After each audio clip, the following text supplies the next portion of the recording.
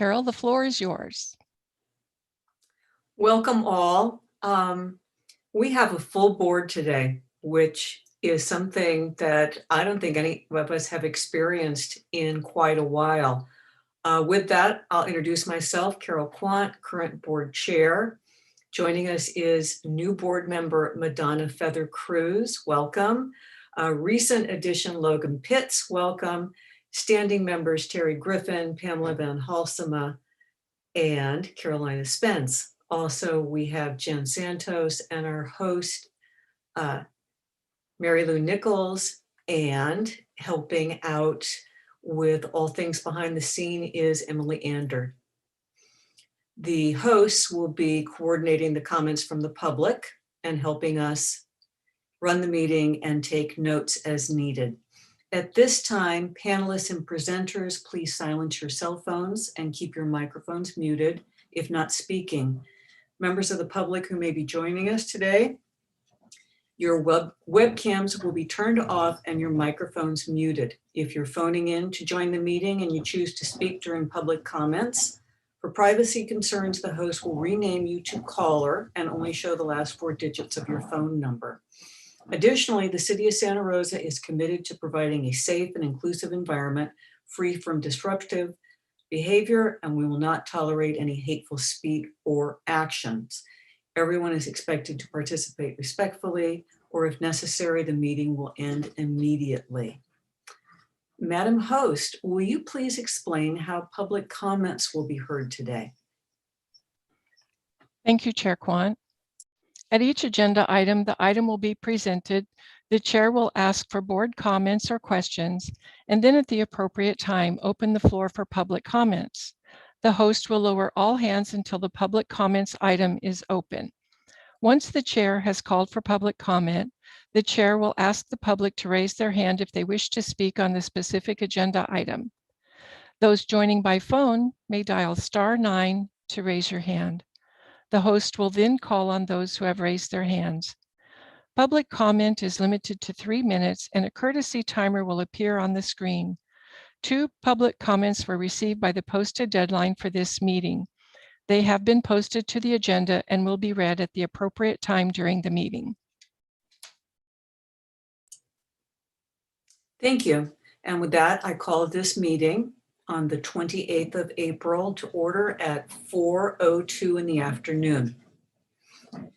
Due to the provisions of the Governor's Executive Order N2520 and N2920, which suspends certain requirements of the Brown Act and the order of the health officer of the County of Sonoma to shelter in place, to minimize the spread of COVID-19, the Board of Community Services members and staff participating today are doing so from remote locations or practicing appropriate social distancing. Members of the public may view and listen to the meeting as noted on the city's website and as noted on the agenda.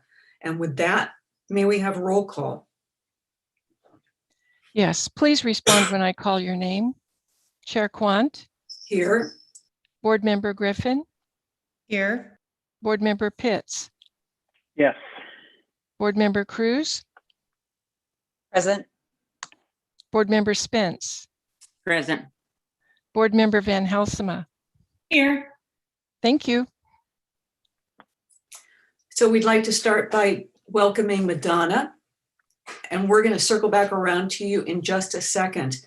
On that note, I'd like to express my appreciation, and I'm sure the entire board's, to Sandra Wendell, who is no longer serving on this board, but who was on this board for a full term, and her participation is much appreciated. On that note, Pamela, you may disappear at a moment's notice. So while you are here, I'd like to extend the same appreciation to you. The way this has rolled out, I don't know how long you will be here, but again, having a full board, truly a blessing, and great things are going to happen moving forward. So with that, we will move forward to public comments. Do we have any public comments on non-agenda items at this time?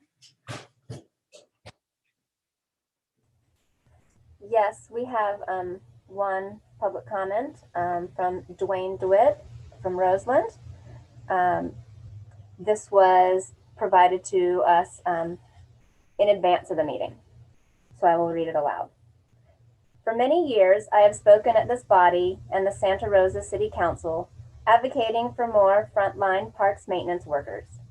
Now again, I ask this body to advocate to the City Council to increase funding for more workers to maintain our parks, not managers. More boots on the ground to clean and always maintain all the parks for taxpayers. Please advocate for funds from the PG&E settlements as well as future budgets to help pay for maintenance, repair, and upkeep of parks.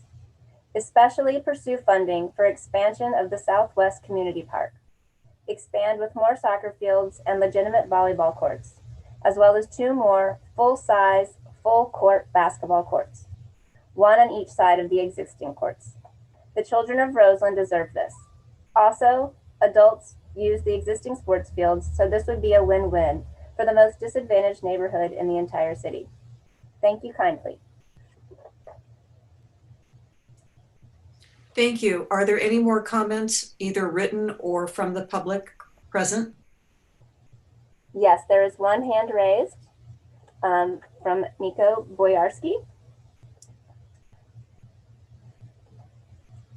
Miko, I'm going to enable your speaking permissions.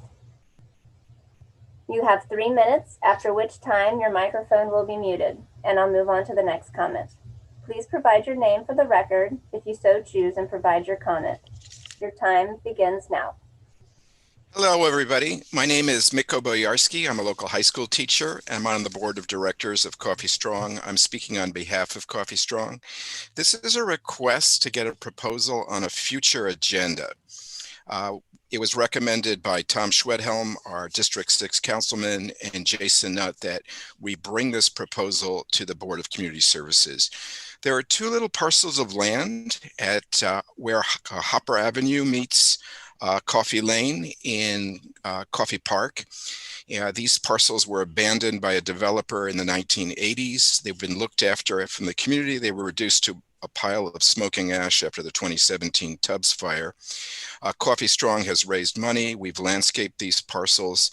And what we'd like to do is bring a proposal before the Board of Community Services that you look at these 2 parcels and make a recommendation to the City Council to include them in the City of Santa Rosa park system.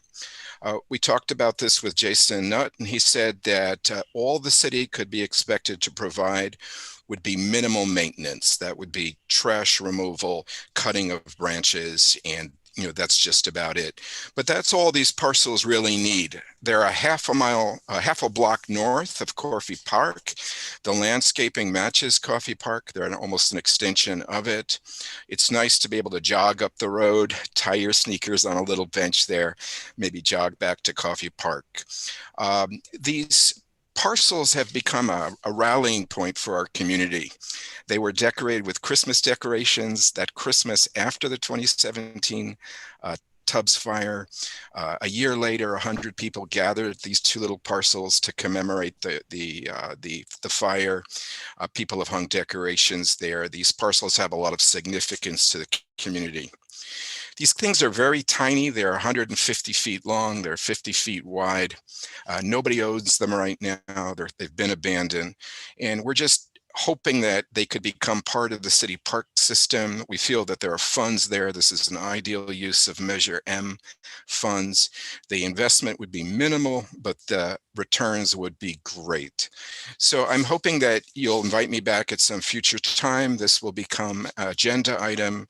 I can show you pictures of before the fire, after the fire, what they look like now, give you an idea of what we're really talking about. And you could look at this and say, that is this something that we could recommend to the City Council to take into the park system, or something that we wouldn't want to do that. These 2 parcels have tremendous significance to our community, and we'd like to see these parcels looked after for the future so that they're a permanent part of Coffee Park and generations can enjoy them. That's all I have to say, and thank you so much for letting me publicly comment.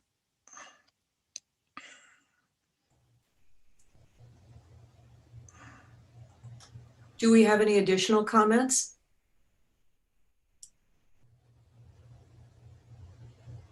Madam Chair, I see no hands raised. Thank you so much. We will move on to item 4, which is the approval of the minutes from our March 24th meeting. Hopefully everyone has had a chance to review them. Does anyone have any edits or corrections to make to those minutes? Seeing none, we will approve them and move forward. Item 5 is upcoming events and reports on accomplished events. A handout was provided on that in an earlier email. Deputy Santos, would you like to give us a report on upcoming and accomplished events? Thank you, Chair Quant. Yes, as the chair mentioned, you do have a full listing of all the upcoming and accomplished events, but I just wanted to highlight a few things for you. One of the upcoming events that you can look forward to this Sunday is the Kentucky Derby drive-through lunch for seniors at Fenley Senior Wing parking. The seniors are encouraged to wear festive hats and receive a free Chick-fil-A lunch and spring flower, and pre-registration is required. This is our recreation team is amazing. So this is just another example of some of the things that they're doing out in our community to connect with our seniors. And then for accomplished events, I've heard great things about the senior car bingo at Franklin Park, and that continues through May 26th. So that's another upcoming event every Wednesday. And so with that, I'll turn it back to Chair Quant. Thank you. I'm handing it right back to you to discuss scheduled items. Are we at scheduled items or Excuse me, director updates. Okay, I just want to make sure. My apologies. No problem. And we do also have Deputy Director Kelly Magnuson from Recreation to answer any questions you might have as we roll forward in this presentation. But a small amount of director updates today. Wanted to give you an update regarding Roseland Creek Community Park. We have had a variety of listening sessions with Councilmember Alvarez and staff attending those, and we are working with our consultant to update the future Roseland Creek Community Park master plan to bring it to this board, hopefully in June or July, and a special meeting because it is going to be quite a long meeting, maybe even longer than tonight's meeting. So look forward to that coming back in the future. I'd also like to announce that we have our second in a series of neighborhood meetings with the Dutch Floor Park neighborhood to discuss design options for redesigning the playground areas and the fitness equipment areas at Dutch Floor Neighborhood Park. And that is happening May 27th at 5:30 p.m. And we will be sending out all the details to all of the board members as well as our council members. So stay tuned for that. It'll also be up on our parks website. And then I too just wanted to take a little snippet to welcome our new board member, Madonna Feather, and to thank Sandra Wandell for her years of service. I'm looking forward to working with you over the coming years. And with that, I'll turn it back to our chair. Jen, actually, Kelly Magnuson has her hand up. Oh, awesome. Great. So I think I'm unmuted. I just wanted to add, kind of buried in the upcoming events, on May 6th, registration begins for all of our summer activities, but that's really a rather large accomplishment because we have not had a lot of time to plan our summer programs with the COVID restrictions and the governor changing the guidelines quite frequently. So we've been able to put together a pretty large list of offerings for the community, and we actually are going to have an online activity guide that's going to be released on Monday.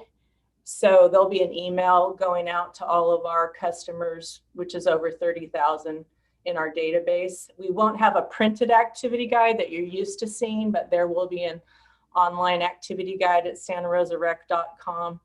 And actually over the weekend, people can go to our website and start browsing, but we're not really going to advertise the release of the activity guide until Monday. So then by next Thursday, people can actually start to register.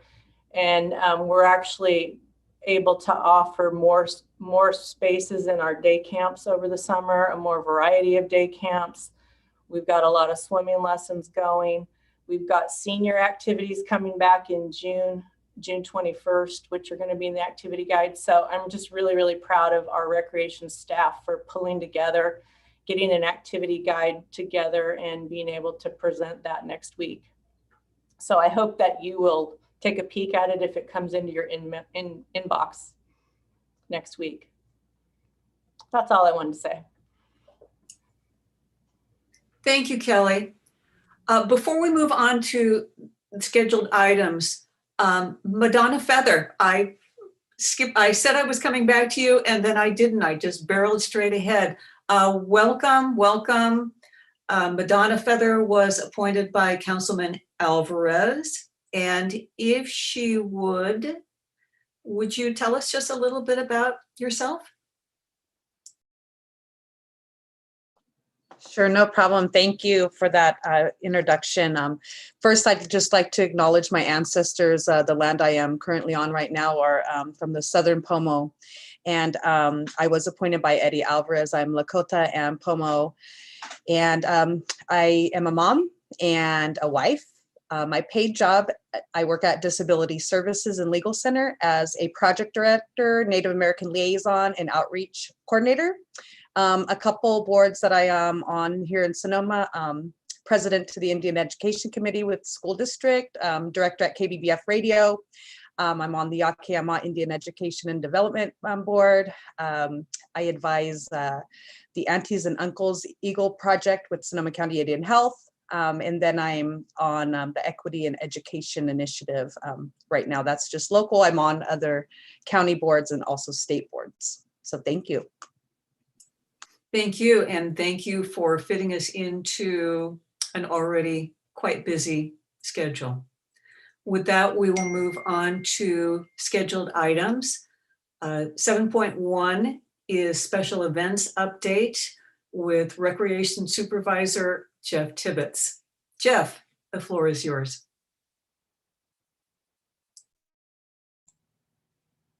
All right, thank you. Hello. Let me get my screen share set up here.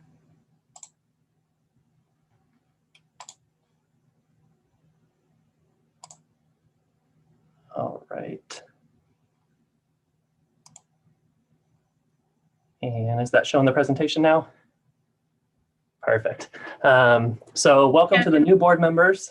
Jeff, I don't mean to interrupt you, but it's also showing your next slide as well, if you want to just look at your larger slide. Oh, okay. Thanks. It's up to you. It moved it to the wrong screen. Thanks. Jeff, if you go up to the display settings and click on display settings. Oh, yeah. And then go to swap. There we go. And now, all right. Is that the right view now? Sorry about that. It moved it on my screen once I hit present. So thank you for the assistance with that. My name's Jeff Tibbetts. I'm a supervisor with Recreation.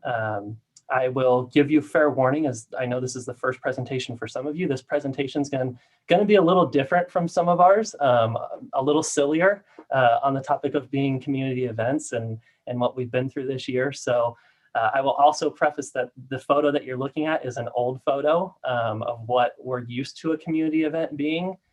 People gathered close, like no masks, you get to see people's faces, all those things that we miss.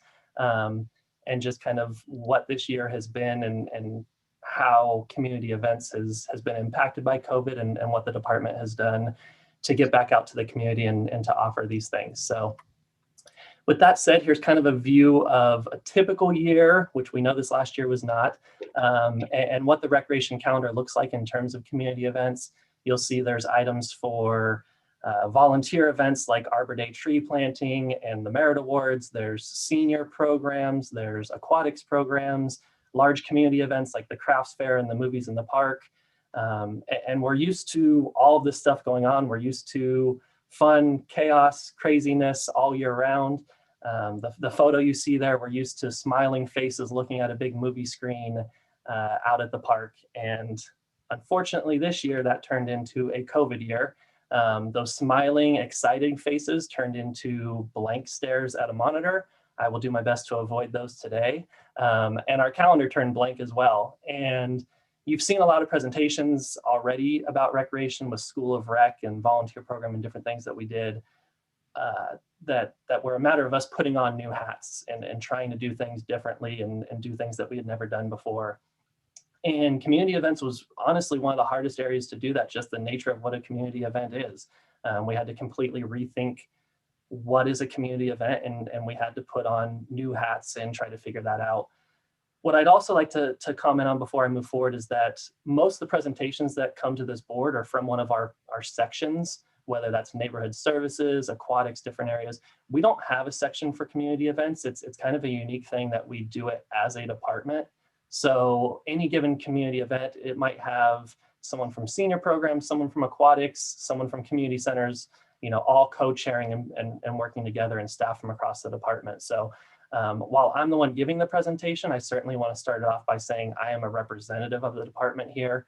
This is certainly the work of many, many people within the department. And not only, I think one of the things that's really unique, and I'll touch on as we go through the presentation, is this year wasn't just about us putting on events for the community. Community events became us working with the community to do the events. And it was really as difficult as it was really a special year to see what community events could really do for Santa Rosa.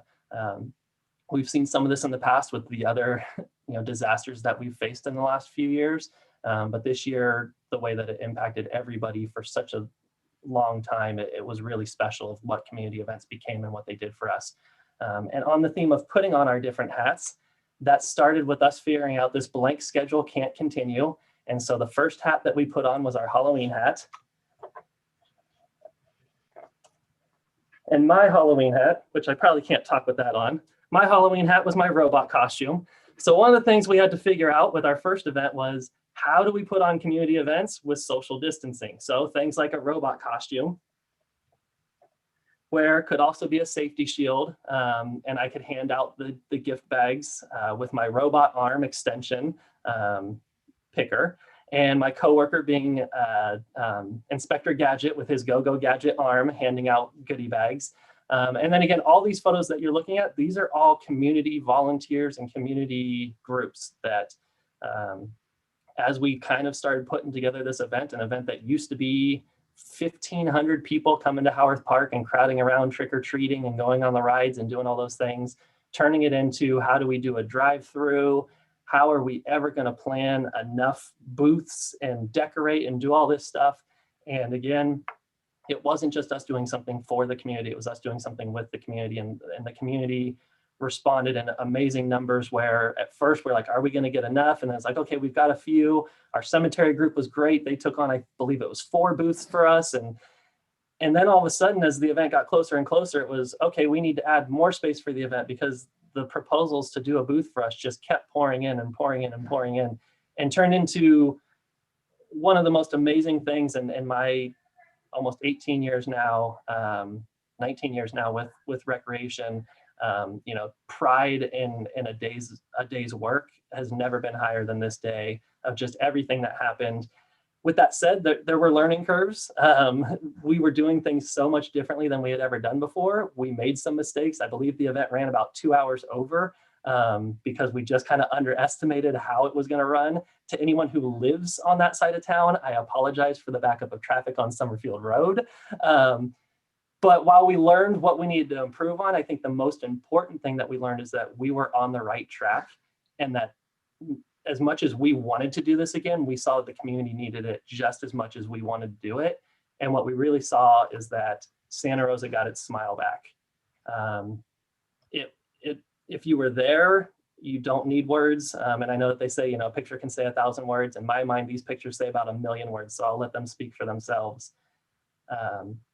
If you're like me, you're naturally drawn to the cute children smiling and their faces, and definitely soak that in. It was amazing. It was awesome. But I asked that you take a second. There's a few photos where you could see the parents as well, and take a second to see the parents. After looking at these pictures and putting this together, it probably took me a couple of days of looking at different things before I ever looked at one of the parents' faces. But it was really a strong moment of me of realizing this was so much more than what we normally do. The community needed this so much. By the time we did Halloween at Howarth, I believe we were, 7 months in isolation and the shutdown, and everyone needed it, not just, the cute kids smiling and waving and sticking their heads out the window, but the parents also, probably just the first time they had seen that face on their kid for who knows how many months, and what it meant. So it was really a special event and a special time, and a great way to kick off that we needed to get this programming back for the community. So the next thing that we did, still in the Halloween season, is we did Caravan to Candyland. And this was a similar event, but it was for our seniors. We housed it at the Findlay Community Center roundabout. And it was a drive-through for the seniors. They had a prize wheel that they spun and got goodies on their way out. And we also told our School of Rec kids, who that program was taking place at Findlay, we made that the day that they could dress up for Halloween for their School of Rec program. And then we had those kids go out one cohort at a time throughout the day, different cohorts going out there. We had music playing, so some kids were dancing or just waving to the cars as they drove by. It wasn't an advertised thing, but as much work. Kudos to the staff. They put in a lot of work. They did a great event, but no doubt the children stole the show that day. They were the highlight as the seniors drove through, and seeing the kids in their costumes and seeing them dance and wave and do those things. We didn't advertise that the kids were going to be out there. It was just kind of an added bonus. But once cars started coming through, again, we had different cohorts coming in. So there's times where there weren't kids out there as one cohort was going back and then the next one was coming out. But people were driving up asking, where are the kids, even though we didn't promote it, because people were calling their friends saying, you've got to go to the drive-through at Findlay. The kids are all dressed up and decorated. It's wonderful. So we would have those cars that happened to come in between that time would go park in the parking lot and wait for the next cohort of kids to come out. And then they'd circle back around and drive through where they could see all the kids dressed up. So it was really a great event, and we had learned from some of our mistakes at Howarth Park, and it ran very smooth and very well, and it was time to put on our next hat. So we celebrated the success of these events, and we moved on to the next one, and that was Thank a Hero, Be a Hero. So this was an event that we tied into the Thanksgiving season, and we partnered with the food bank to do a food drive, but we also wanted to thank at this point all those essential workers that had been doing so much for so long for us. So we had, along with the food drive, we had barrels out for people to bring pictures or cards or whatever they wanted to make to thank our essential workers. So cards for teachers and for the firefighters and police, our food service workers. So they were able to drop those off at the event. We were able to take donations for the food bank. The food bank was out there. They brought their van out, and it was packed to the brim. It was a huge success of an event. And then afterwards, our staff were able to compile all of those thank yous, and those are the photos that you see of our staff going around and distributing those thank yous to different essential service workers. So it was really a nice way to get back out to the community and connect the community and allow people to say thank you for everything that was going on out there in our community. So after that, our next hat, it was the holiday season. Sorry, I couldn't find all my holiday props, so I had to really wing it with this one.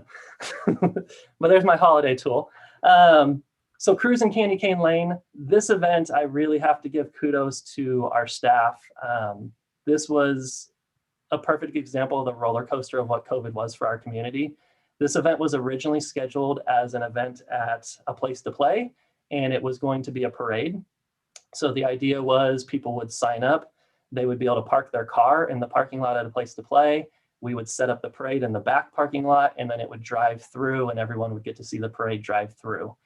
As you may recall, as we entered December, after Thanksgiving, we had an uptick of cases. Everything kind of started constricting again. And there was concern of how would we control these crowds if people are sitting in their cars? How do we keep them from getting out of their car?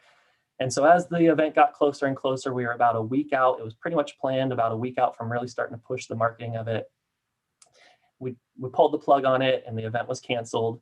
The staff, from the second that they heard that we weren't going to be able to do it because of the COVID, instantly started pitching new ideas to me. I felt bad that we had already kind of pulled the rug out from them once. So I was pretty strict with, no, we're not going to do the event. But 3 days into them pitching ideas to me, they finally got me on board, and we had a brand new event that they had about a week to plan and get in place that was going to be at the Finley, and it was going to be a drive-through similar to the Halloween one. It was going to be Santa's workshop, and cars would drive through. We wouldn't have anybody staying. We wouldn't have to worry about the crowding. So we pushed forward that proposal, got it approved. Staff made decorations, did all the work to get the event ready. And as you may recall, in December, Thursday night, we got the call that as of midnight Saturday, we were going to be in another mandated shelter in place. That Saturday was the Saturday of our event. So we had a little over 24 hours notice that the event was canceled again. One of the proudest moments I've ever had working is that Friday we show up. I called them Thursday night, let them know. Friday we show up, we know we have to cancel the event. And just the staff's heart being in the right place. They knew some of the people signed up, everybody signed up was looking forward to it, but some of these people really, really needed it. A lot of our seniors who had been isolated, living on their own with no visitors for months and months and months. So they split up all the registers. They started making phone calls to cancel the event, but they did it knowing that they were going to make a note of, as they were on the phone, anyone that they really sensed that really, really needed this, especially with the senior community. And so they took those notes, and the next week, the goodie bags that we had, our facility attendants drove around town and delivered to some of those participants that really needed it. And again, in a moment where the staff had every right to just be thinking about themselves and how disappointed they were. Again, just how many times can you get the carpet ripped out from underneath you? That, you know, in a snap of a finger, they were already thinking like, okay, how can we still do something for the community? And then by Monday, we were eating lunch and talking about the event and, you know, commiserating together with the disappointment of not having it. And that instantly turned into brainstorming more ideas of how they could still do something. We had all these decorations. What could we do? So naturally, we partnered up with our School of Rec program, and we had a snowball fight. So they took not all the decorations. Again, decorations were originally intended for the entire place of play parking lot, but a good chunk of them, and moved it into room 5 at the Person Senior Wing, where we had our School of Rec program taking place. And the program purchased some artificial foam snowballs. And so we decorated the place and brought the cohorts in one at a time, and they got to fire snowballs at their staff and elves and Santa and everybody else. So again, just that resiliency and that creativity of the staff, that no matter what got thrown their way, this didn't work, we'll try this. That didn't work, we'll try this. And something was always going to happen. So again, my kudos to the staff for their resiliency and making it so that something positive still happened from their work, no matter what came along the way. This has been mentioned a little bit, and it's one of our senior programs, but also in our events. So next up was bingo. We switched our hat. Again, mentioning we really saw the importance for so much of our senior community who really were, in a lot of cases, isolated throughout all of this, being at the highest risk and everything. So we brought back car bingo. We purchased some equipment so that we could use the FM radio in their car. They could tune in and they can hear the bingo calling and honk on their horns when they got a bingo, and this is still going on. So just another way of how do we bring back community? How do we get the community back together? And then this year, I think as we gained momentum, the last hat that we threw on here was March. We were really in the spirit by March. So March, we went all out for St. Patrick's Day, and we usually have the 5K. That was an event that had gotten canceled, and we decided, hey, let's do a virtual 5K. It doesn't need to be canceled. And our staff came up with a leprechaun hunt. So in quite a few of our parks, I think it was about 50 of our parks, we had leprechauns hidden. And if you found the leprechaun, it had instructions to bring it back to the Finley Community Center and to give us a call, and we would come out and bring you your prize. And Thank you for bringing back our leprechauns. So this was an amazing event. I was out there in costume, often giving out the prizes. And every time I did, it was consensus. Oh my gosh, this is so cool. I was concerned people would find them, take them home, and it would sit on their counter, and then we'd never get them back. And then we wouldn't have them out there. Almost every time I went out there, someone was like, oh, we just found it in the park. And we're like, we got to go turn it in right now. So people were so excited about it. It was so much fun. Everyone was asking, how long have you been doing this? And it was, oh, we just, it's a new thing that we created because of COVID this year. And the response was always, this can't be a COVID thing. Like this is awesome. This has to be something that Santa Rosa does. So while we're still figuring out what the next steps will be, I think there's a pretty good chance that the leprechaun hunt is probably a new tradition in Santa Rosa. So that packed schedule that we had on the first slide, we'll have to wiggle in some room to accommodate our leprechaun hunt in the future. So the last thing that we did, or not last thing, but in conjunction with all these things, is we also put on some social media events. And so it started with Halloween. We did a costume photo contest. We did decoration contests. And Thanksgiving, we did an attitude of gratitude. And it was, send us pictures or stories about why you love Santa Rosa. We weren't even necessarily intending it to be parks related, but for the most part, that's what we found was people were sending in pictures. Now, granted, there weren't a lot of options outside of our parks for people to use, but a lot of people sending in pictures of themselves playing at the park or doing things in our Santa Rosa park. So that was really nice. We did a battle of the carolers in December where people submitted singing, and we cut it all together in this hodgepodge of Santa Rosa caroling together. I will admit, if you saw the staff doing it and you thought, wow, the Santa Rosa staff can really sing, we were obviously lip singing. And we also did a Tell Us Your Santa Rosa love story in February in honor of Valentine's Day. And then the January one that we did is we said, hey, let's take our 2020 lemons and let's make the best of it. So I've got a video here from our, we got all those submitted and we sent it to one of our volunteers, actually compiled the video for us. And so this was the video tied to that social media.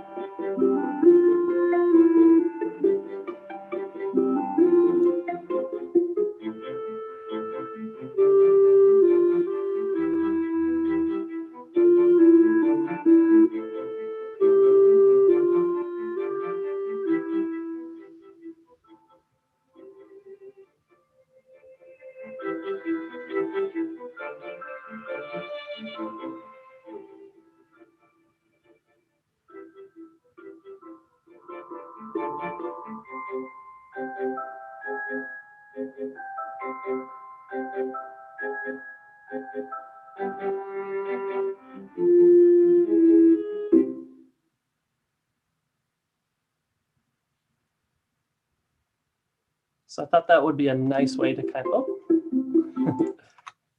I thought that'd be a nice way to kind of wrap up, what community events really represented in my mind was making the best, taking those lemons and doing what we could with it. I do want to take a second, as I mentioned, this is definitely a department-wide, but I did want to take a second and acknowledge, because of everything that we were doing, all the different programming, there were 3 staff in particular that we said kind of, okay, we're going to make you our chairs of this. And that was coordinators Nicole Lowry, Jean Pugh, and Kim Hatch. And basically that was around the programs that they were doing, had the flexibility for them to kind of designate as leading this. Again, they were working with staff from all throughout the department, but I did want to recognize the 3 of them for really stepping up and being the heart and the creativity and the resiliency of making this happen for the community. So I wanted to acknowledge them for their hard work. And if we could also please get the 3 of them brought up so that they will also be available for any questions or comments from the board. If we could have them promoted, please, at this time.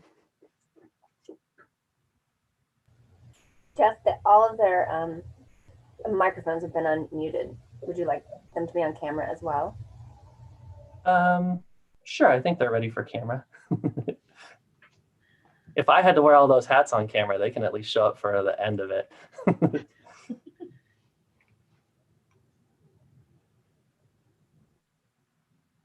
So can we go ahead and move forward as we get the video started for the other? Yes, if you want to go ahead and start asking questions or any comments you might have. So I hope all the board members had Jeff Tibbetts' face on their screen. If it wasn't, you need to find him now. And he doesn't know this, but as we ask questions, if you'd start with the event, Jeff, could you grab the appropriate hat and get it on in time to answer the question? Do you have them all at the ready? I think I can pull it off. Great. So I have no script for this, but I have people in order. And Madonna, you are the first person who comes up on my video. So what event would you like to ask Jeff or make a comment about? You ready, Jeff? Yes. I just appreciate all of the events that went on, and I'm a big person for holidays. My agency, when we were able to be in the office, you know, it was like, they said it looked like Disneyland. That's how much I decorated it with my own stuff. So I just appreciate everything that was done. There's my attempt at all of them. Terry, when you're through laughing, you're next. Thank you, Jeff. Wow. I'm just completely blown away by what you and the team have been able to accomplish this year, given all of the challenges and how flexible you were. I am so happy that you're going to continue the leprechaun hunt, because that was going to be my question. So I'm really excited to hear that that's going to be happening going forward. So kudos to an amazing year, given all the challenges. You guys are remarkable. Thank you. And Kim, did you want to make any comment on the leprechaun hunt and the possible continuation of it? I would love to do it. It was so much fun and really relatively easy. So yes. Pamela? I want to just thank you for for the positivity. You know, you started out with a Halloween event and saw how everyone was craving something silly and fun and entertaining. And then you rolled with it. I want to thank Nicole and Kim and Jeannie and all the people that work with you for keeping that positivity. That was the thread that I took from that presentation, that we don't have to just sit and get angry or depressed by the situation, but look for the rainbows in all of it. So I think that's cool. I also want to appreciate the extra effort made to reach out to the seniors. It is a population that it was really hard to reach so many without, you know, internet access or social media or maybe family members. So that you really bless a lot of families and people by making that extra effort. So thank you very much. Carolina? I just love the whole thing. And I think your whole department you can do anything, obviously, but the Disneyland thing keeps popping up in my brain. You could do your own Disneyland there, Jeff, and it would be really fun. I would like to know who your costume person is, though, because you had some pretty cool costumes, particularly the leprechaun outfit. So I will admit the leprechaun is a full onesie. It looks like it. So yes, but in the theme of the hat, I decided, and how hot it is in my office, I decided not to put on the full onesie. No, it's just fine. Well, big round of applause. Yes, part of the creativity of the department is certainly shown in the costume design of costume and decoration design of the events. It certainly is. Logan? Yeah, very impressed by the creativity of the staff. Good work. It's great to see something good come out of a bad experience, always. I'll take the chance as the new guy to ask a question, maybe a dumb question. How come Recreation and Parks doesn't do the Earth Day event? Who does that at the city? So I know the one that happened now is the water department. The one that happened this last week was the water department putting it on, and it was really geared towards their drought awareness and getting out the water conservation. They were handing out the kits and stuff at this year's. I believe the one that normally is put on downtown, I believe is a citywide committee. But I don't know, because Recreation isn't the one putting it on. I don't know the full details. I don't know if there's anyone else on the call, Jen, or anyone else that might have more information on who organizes that.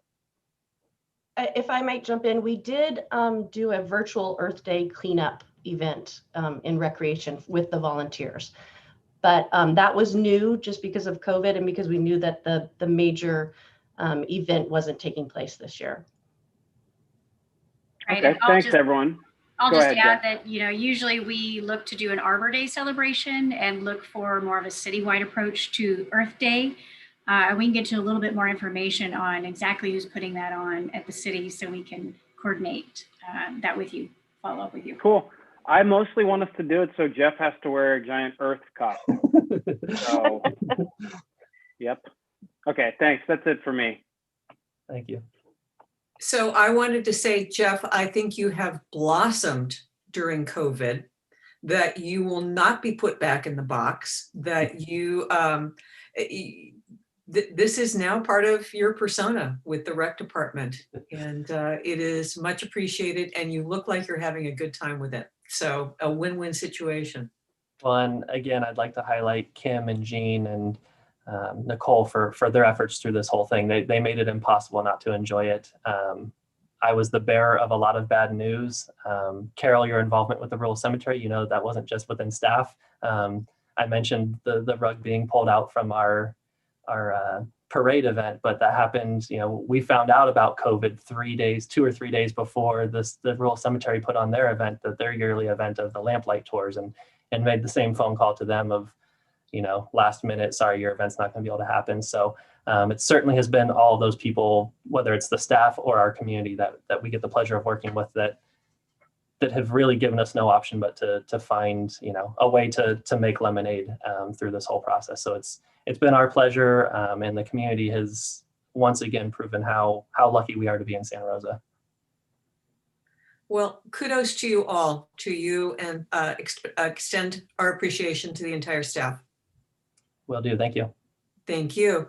Do we have any public comments on this item?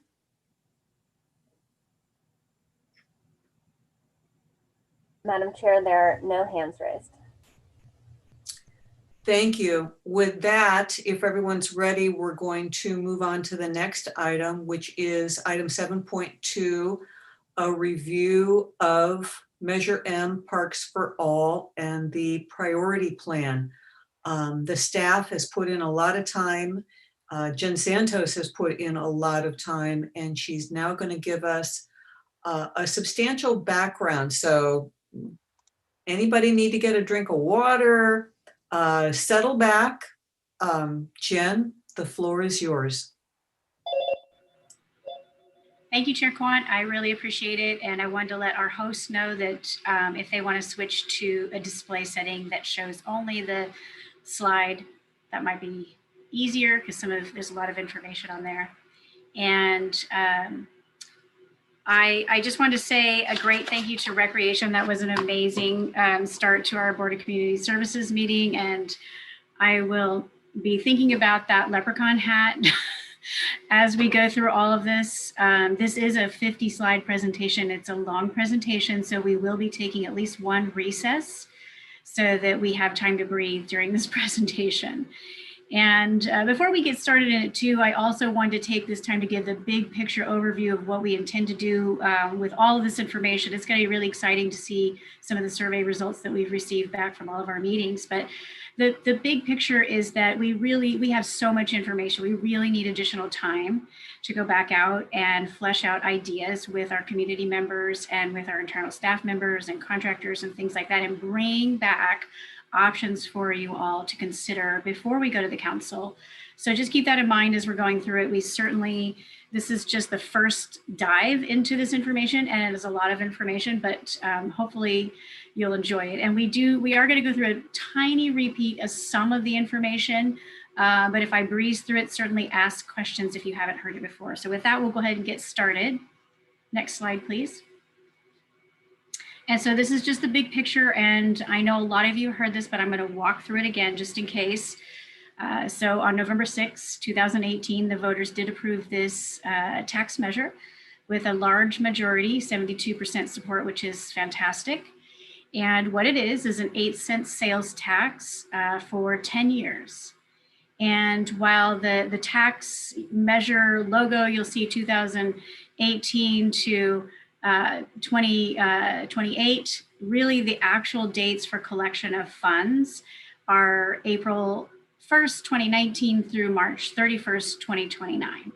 And the funds come into to the city from the county sales tax. Our portion of that is estimated at $1.9 million annually. And so we receive those every fiscal year, whatever tax is collected and whatever our portion is of that comes to us. And it's estimated to receive a total of over 19 million over the 10 years. There is a requirement for a baseline commitment, as well as a citizens fiscal oversight committee that we meet with at least 3 times a year. And that'll be coming up in May. Again, we'll meet with them. And the baseline commitment is essentially looking at our Rec and Park budget from 2017 and 18 and saying, we are going to stick with that as a base year for what we consider how much money we already spend on recreation and parks. And that'll help us stay within the guidance of the tax measure to use it for additional and supplemental uses rather than supplanting our budget with the funds we receive, our existing budget with the funds we receive. So next slide. And so just for a little bit of background, as a reminder, this did come before the board back in 2019, if we can remember, before COVID. What the recommendation was to use the first 2 years worth of funding to assist with the funding of fire damaged parks from the 2017 fire. So in previous presentations, we have a gap in some of those parks that we're trying to recover. We have a gap in funding. We have FEMA provides so much, and then we're left with the remainder. So this would fill those gaps in there. The first 2 years of funding would also be used to fund a deferred maintenance study of all of our park system. So this is essentially a consultant that is going to go through our entire park system and give us an analysis and a study of current conditions, and make recommendations for things that need to be replaced right away, and those that have a few years. We're going to get a list from them, and we expect to have that in January of 2022. And we also, the first 2 years were also used to fund this citywide community outreach, and the results of that you're going to hear tonight. We are still going to do ongoing meetings, but you'll get to see a snapshot in time of where we're at right now. Following up on this board's recommendations, the council approved the same on September 10th, 2019 at their council meeting resolution, the same priority plan. And we were able to hold our first community meeting with the Northwest Quadrant. And with these quadrant meetings, and for those of you, just want to explain this a little bit, the quadrants can be thought of 4 areas of this city divided by Highway 101 and Highway 12. So they kind of make this section where we have 4 quadrants. And the Northwest Quadrant of the city meeting was hosted by the West End neighborhood. And it was an in-person meeting, the last before the pandemic hit. So we had been at the time working with the marketing outreach team to start to plan all the future quadrant meetings. And unfortunately that shut down and we had to cancel all the meetings. And for those of you that aren't aware, city staff are emergency responders, and we do participate and work in the Emergency Operations Center behind the scenes for every need that comes up. And certainly the park staff were definitely involved for months in the learning all about PPEs and who should have what kind of PPE and how we should distribute it. So we did that for months and months. Next slide.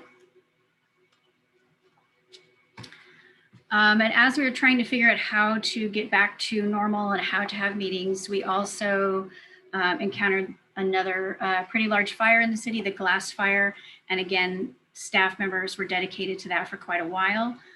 It's all encompassing. We really can't do any other work besides the Emergency Operations Center, and it's valuable and needed work. So we're happy to do it. But we were able to, one of our first virtual meetings, and I have to say thank you to our host. There's a lot of things going on behind the scenes here to make this all work. And it took us a while to figure out how to do it, how to get the right technology and get on board with it and make sure our advertisements were out in advance. And we decided to move forward with an all sports targeted meeting in December 2020. And that we had about 25 attendees. We also sent the survey out to our sports groups to collect information. So when we're ready to make decisions about sports needs, we can turn to that information. But the information you're going to see tonight is based on the Quadrant meetings, and this data will be used as we move forward and look at sports types needs. We will dig this information out to get a little further into it. With that, we had the Deferred Maintenance Condition Assessment contract with Calendar and Associates that I mentioned that was approved. We were able to roll forward with that, and Calendar and Associates has started their evaluations of the park system. And again, we hope to have that condition assessment in January.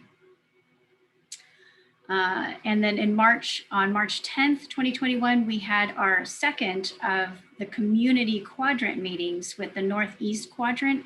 And this time this meeting was virtual. It was hosted by the Santa Rosa Parks Foundation. Definitely look them up on the web if you're interested in learning more about them, but they're a fantastic volunteer nonprofit organization helping the city of Santa Rosa with their rec and parks needs.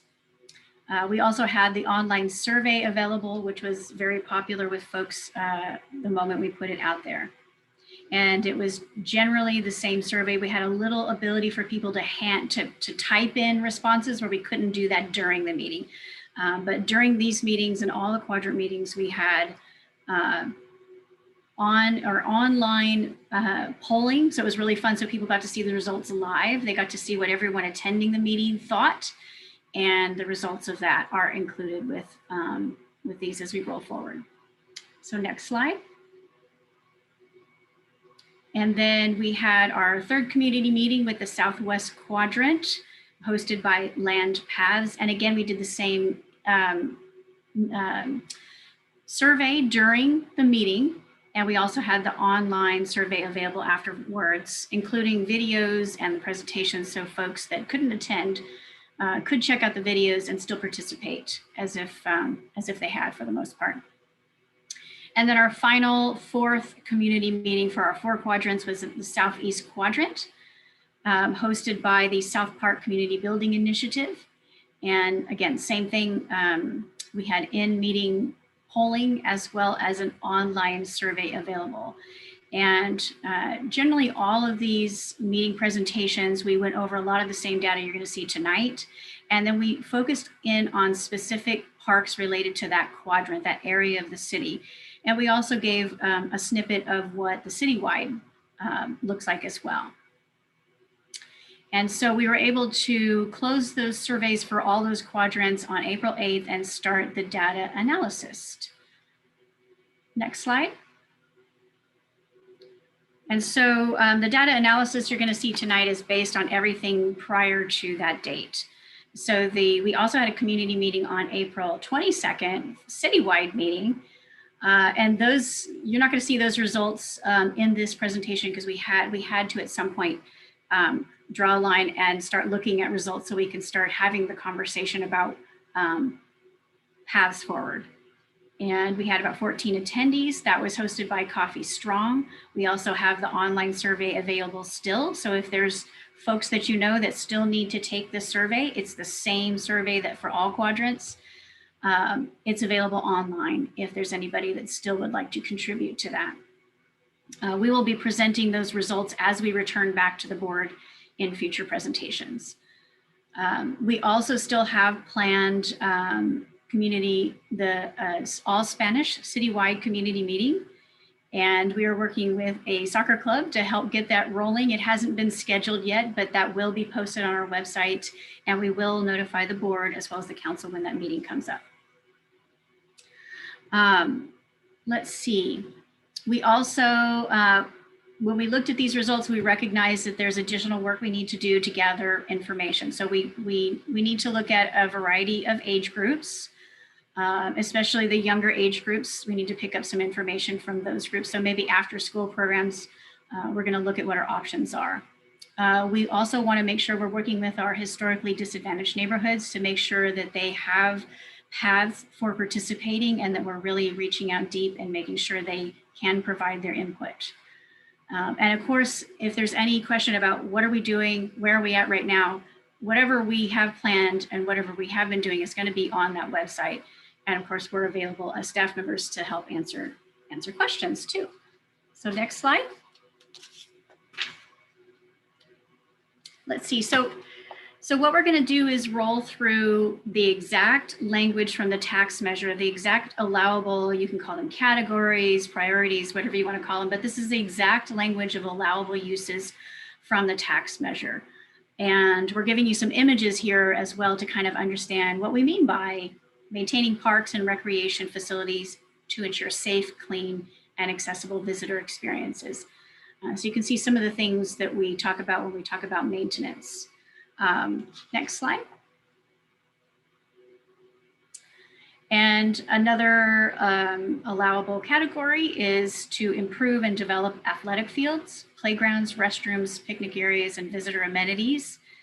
And so you can kind of see some ideas of what we mean there. There's pretty much anything in a park can be called an amenity. Next slide. And another category to create and expand parks, trails, bikeways, public art, and recreational and historical facilities. And we have a Luther Burbank Home and Gardens, as well as some art shown at Fremont Park and our Prince Memorial Greenway Trail. Next slide. Another category is to plan and develop bike paths and trails with connections to schools, community spaces, and regional trails. Next slide. And of course, our recreational programs. So providing recreational education and health programs for the community. We already do these things, but this is something, a category for expansion, and give you some ideas. And you've got a really great idea of what recreation team does from our last presentation. Next slide. And we also have the decreased future fire risk, fuel loads, and invasive plants on city-owned open space parks is also an allowable use. So we just wanted to take you through those so you can get a reminder of exactly what it says. So when we talk about these categories or priorities, this is what we mean. So next slide. And last but not least, improving the trails along waterways and riparian areas to benefit fish, wildlife, and habitat and water quality. And I've mentioned a couple of times in several meetings that when we talk about riparian, I know that I get that question a lot. What do you mean by riparian? And what we mean is essentially anything in the creek, or you can see that one image of the person next to the creek there, everything up to that trail there is considered the riparian area. All right, so let's go to the next slide.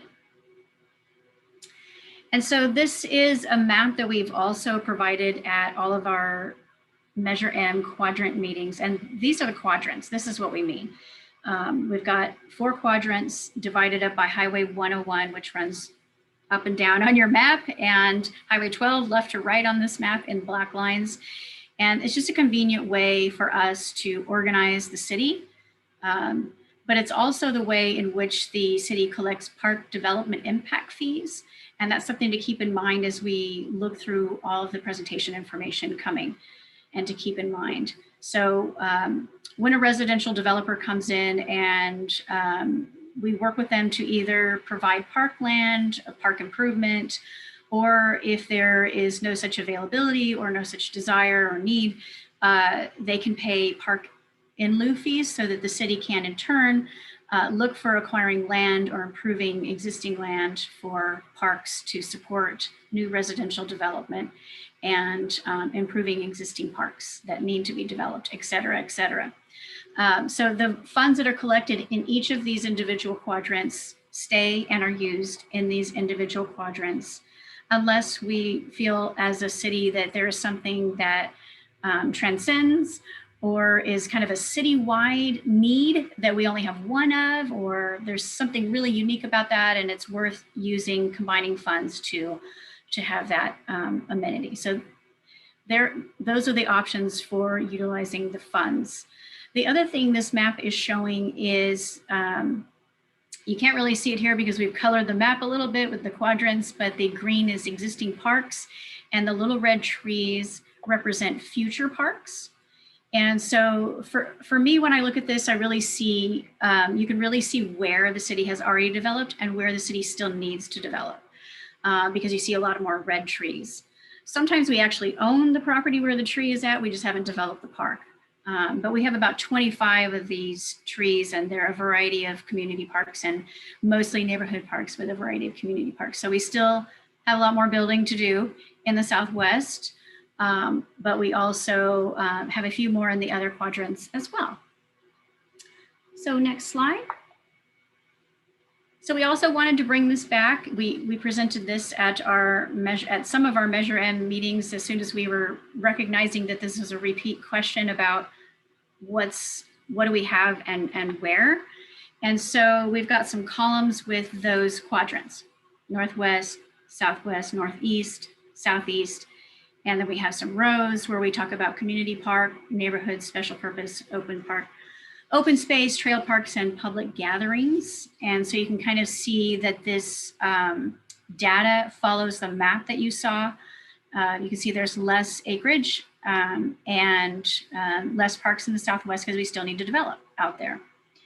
And we also want to talk about what it is. What is a community park? It's a 20+ acre park. Those are our big parks where we have a lot going on and we expect a lot of attraction one way or another there. And so Findlay is a community park. Nagasawa is a community park. Southwest, Rosen Creek, Skyhawk, a place to play. There's lots of them, but we just want to give you some examples. A neighborhood park is a smaller park, usually 6 acres or less. And it's meant to serve folks close by in a neighborhood about a half-mile distance from the park. And we have a total of 58 neighborhood parks in the city. And an example of that would be Bear Neighborhood Park, Dutch Floor, Martin Luther King, and South Davis Coffee Park, Rinconada Park. Examples. The special purpose park, we have the Rural Cemetery, Bennett Valley Golf Course, Luther Home and Gardens, and the Sonoma County Museum is actually considered, that space back there is considered a park. We have a lot of recreation centers, so that's pretty explainable. Open spaces, we have 13 in the city: Creekside, Park Trail, Parker Hill, Francis Nielsen, and Skyhawk are all examples of open space. Trail parks are the multi-purpose. You can ride your bike, you can walk trails. So Prince Memorial Greenway, Newhall Trail, Upper Brush Creek Trail. And public gathering areas, of course, we have Courthouse Square, Jeju Way, we have the City Hall Annex area, Comstock Mall, these little pathways in between downtown spaces that are actually considered public gathering areas. So hopefully that gives you a good idea of what's going on, not only per quadrant, but just the kind of big picture. So we have about 108 parks altogether and just over 1,000 acres of land total in the city. And if you're looking at the southeast column and you could say, geez, they have a lot, 428 acres, that also includes the golf course. So just in case you wanted to know, we wanted to make sure we clarified that at least half of those acres are for the golf. So let's roll to our next slide, please. And this is an example of what we mean when we say amenity, or we have a couple different words we use, but generally pretty much anything, as I mentioned previously, that is in a park can be considered an amenity: a community garden, a playground, a tennis court. All those things are considered stuff, things within the park. Those are amenities, and it's pretty wide variety. Next slide, please. And so here's a snapshot of some of the community outreach we've been able to do for each of the quadrant meetings. And so we have traditional postcards that we send out sometimes. And we have the City Connections newsletter, which is really popular. What we hear from folks is that they get their information, a lot of them from City Connections. So it's been a fantastic tool for us to make sure we're reaching people. Facebook and Nextdoor are definitely other opportunities where we can connect with people. We get a lot of responses saying people have heard from us about those options. We've also started up doing sandwich board signs, those little signs and the little plastic signs in the park that kind of give people an idea. If they're visiting the park, they'll definitely see the sign. They're pretty obvious, but we started to do those as a really big way of connecting with folks who are actually visiting the park who maybe are not looking online. We also did posters. That was a little difficult because in COVID, we don't have a lot of our recreation centers open. So it was a little more difficult to make that happen. The city website, of course, we are continually updating that and providing information to connect people to meetings and opportunities to take the survey. We have targeted news releases for every meeting, which is a kind of a media blast to let folks know in the media outlets that we have meetings coming up. And our E-Bulletin, let's see, I want to make sure I get this right. It's an email announcement sent to update city residents who subscribe. That's right. If they've subscribed to something in the city, they get an email from us telling them we have an upcoming meeting. And of course, we conducted these meetings with our meeting hosts, which are essentially our community partners that live or work in these neighborhood quadrants. And occasionally they were able to, for the Northwest and the Southeast, work with us to hand out flyers. That worked out well for those neighborhoods. So we've got a wide variety of things. Not everything works for one quadrant. We have developed ways of trying to reach out to people to connect with them. And that's kind of the overview there for our community outreach. We'll go on to our next slide.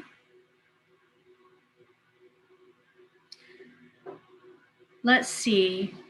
So here we were going to take, I was going to look to our chair if we want to take a little break here or if we want to keep going. So the next part of this is to look at the survey results we've seen, and there's probably about 20 slides in the next section. So we can take a break here or keep rolling, and I'll look back to you, Chair Quant, to give us a signal on what you think is best. Thank you so much, Jen. I need a point of order. Madonna has just let me know that real life is bumping up against our meeting. I'm just going to come right out and say she needs to take her senior in high school daughter for a COVID test so that she can go to prom this weekend, which I think is pretty dang cool. Will we still have a quorum if we lose board member Cruz? Yes, we will. Thank you for asking. She does not have to leave until 5:40, which is a bit into the presentation. Would it be appropriate to ask her for comments, say at 5:30, or will we not be far enough into the program by then? And what is the appropriate way to leave a Zoom board meeting? Those are good questions. I think I'll look and see if the host has any advice for leaving, but certainly that's just a preference of whatever works for you as the chair and the other board members. I think if we're on a roll, perhaps we could pause at 5:30 and see if Madonna has any questions, and then she could leave graciously when she needs to. Would that work? Of course. We can definitely flex, and it's a lot of information to digest, so I'm happy to stop and pause as needed to look back. Great. With that in mind, would anyone like to take a quick break, use the facilities, get a glass of water, or keep rolling? Anybody want to take a break? Hearing none, can we keep rolling? All right, thank you, Chair Kwan. I appreciate it. And hopefully this will be the fun part of the slideshow for you, where we're just looking at the results and talking about them.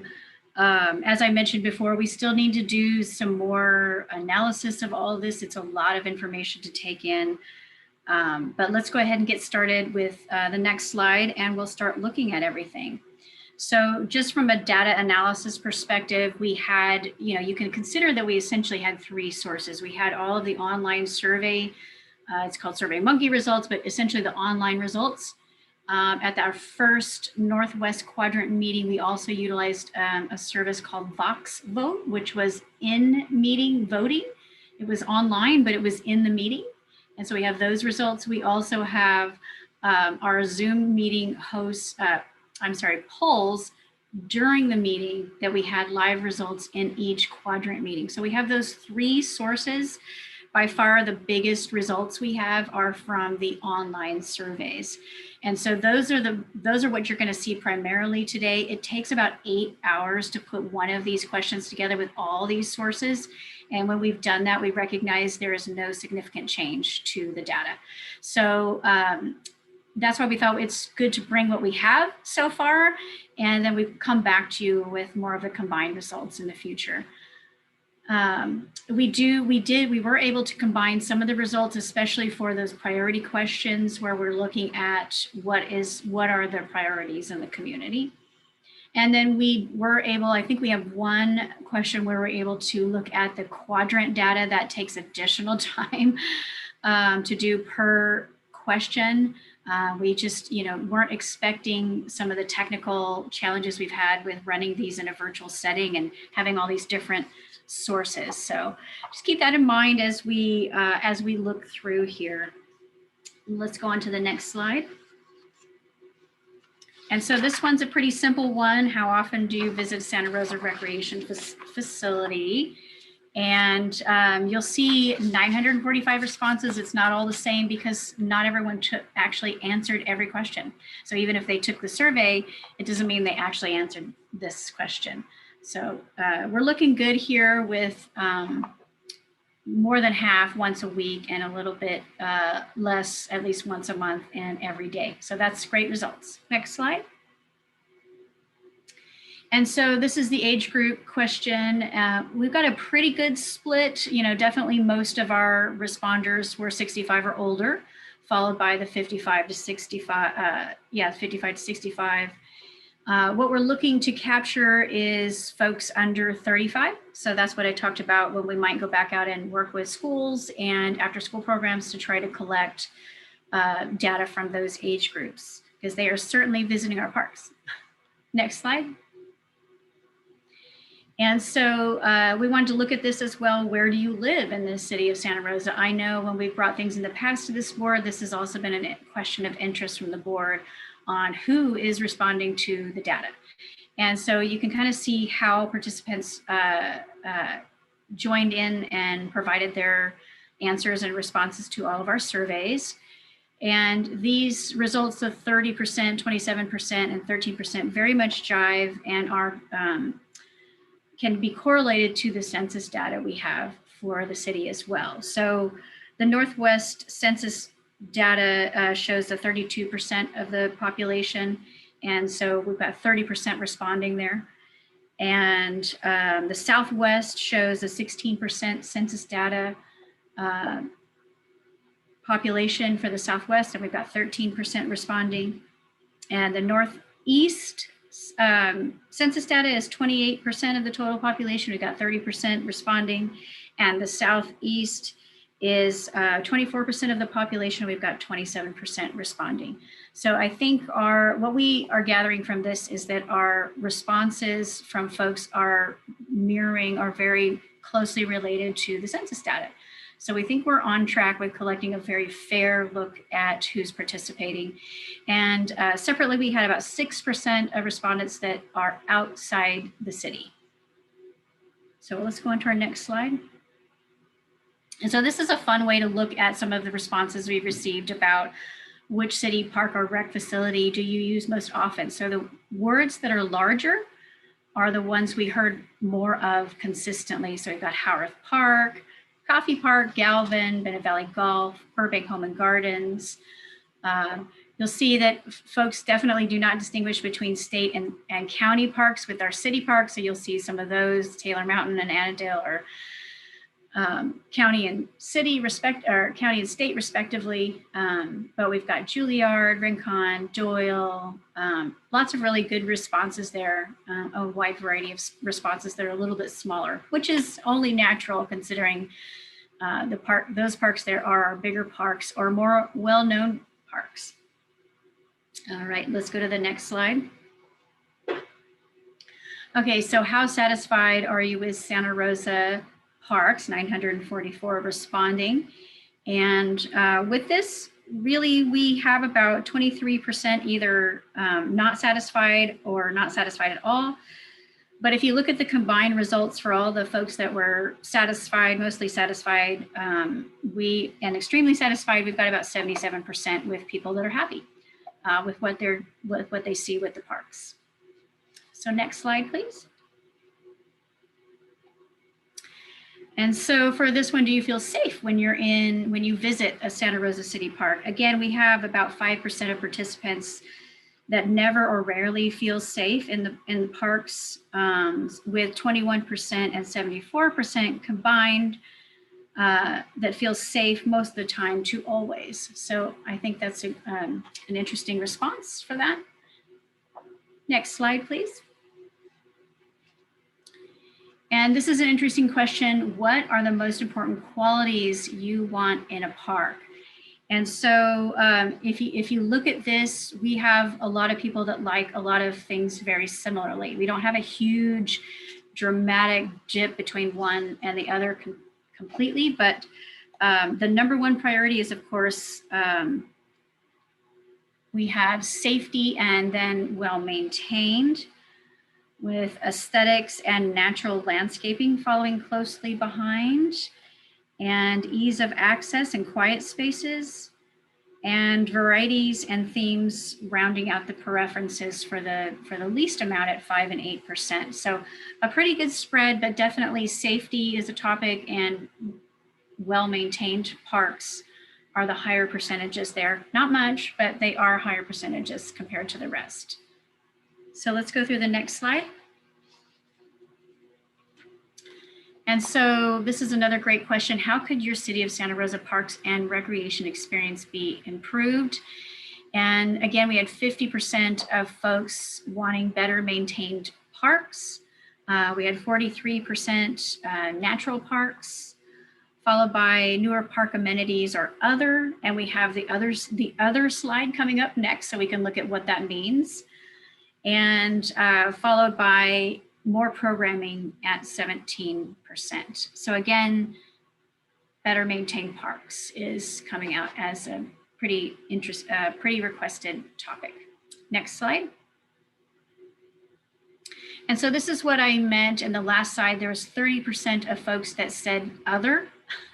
And this is where the online respondents were able to type in something if they wanted. We had 274 folks typing in something or clicking in to do something. And what we did, it's really hard to see there on the left. So what we did was anybody that had 3 or more, we listed what they said over there to the right in larger text. So definitely homeless related issues seem to top at 51 types of responses that had the word homeless in it, and 25 more disc golf. If any of you attended a few of our meetings, the disc golf folks showed up to some of those. We had 18 looking at safety and security, 16 responses about clean restrooms and safe restrooms,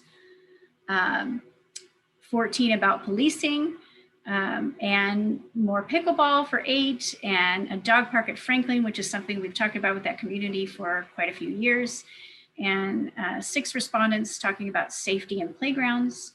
And the Southeast Greenway was mentioned, separating trails from bikes and pedestrians, event space, Ben Valley Golf was mentioned. And then the folks that had 3 responses were for swimming, accessible areas, and playgrounds, water features, natural parks, less weeds, and food and drink concessions. So that kind of rounds out folks that took the time to type in something, with definitely homeless related issues being near the top, with safety and security and clean restrooms as kind of a big picture for all of our parks. So let's go into the next slide. And this is an interesting slide. The way that I look about this, so let's read the question. How concerned are you with weeds in the following park spaces, and what level of weed control do you think is acceptable? So if you look at each of the columns, we have sports fields, weeds adjacent to trails and path, and natural landscapes. And the way my mind thinks is that I look at those bottom blue boxes on each category. And if you look at that, we have 33% are very concerned with weeds in sports fields, which is not surprising, as weeds in sports fields lead to injuries, bee stings, etc. And if you add to that, we had 15% are very concerned with weeds adjacent to trails and paths, and then a little less concern for weeds in natural areas at 11%. What's not shown in this slide, which is also interesting as you're looking at this, is to know that 46% favored utilizing up to 25% of the remaining funds that we will be collecting for years 3 through 10 for controlling weeds in sports fields, trails and paths, and natural areas. Additionally, another 25% of those same responders favored utilizing up to 50% for the same. And a minority at 10% favored using up to 75% of all remaining Measure M funds for reducing weeds in these areas, sports fields adjacent to trails and natural landscaping. Sports fields sticks out to me for sure because that is a safety issue, as well as we don't want weeds laying into trails. And so next slide. And so this is the same thing, but it's all about those landscapes you see along our roadways. The medians are in the middle of the roadways. The roadway landscaping is sidewalk adjacent if there is a sidewalk. And so you can see 30% very concerned, 33% very concerned. We had some pretty big concerns about roadway landscaping because, again, it's that safety aspect when you have weeds falling into roadways.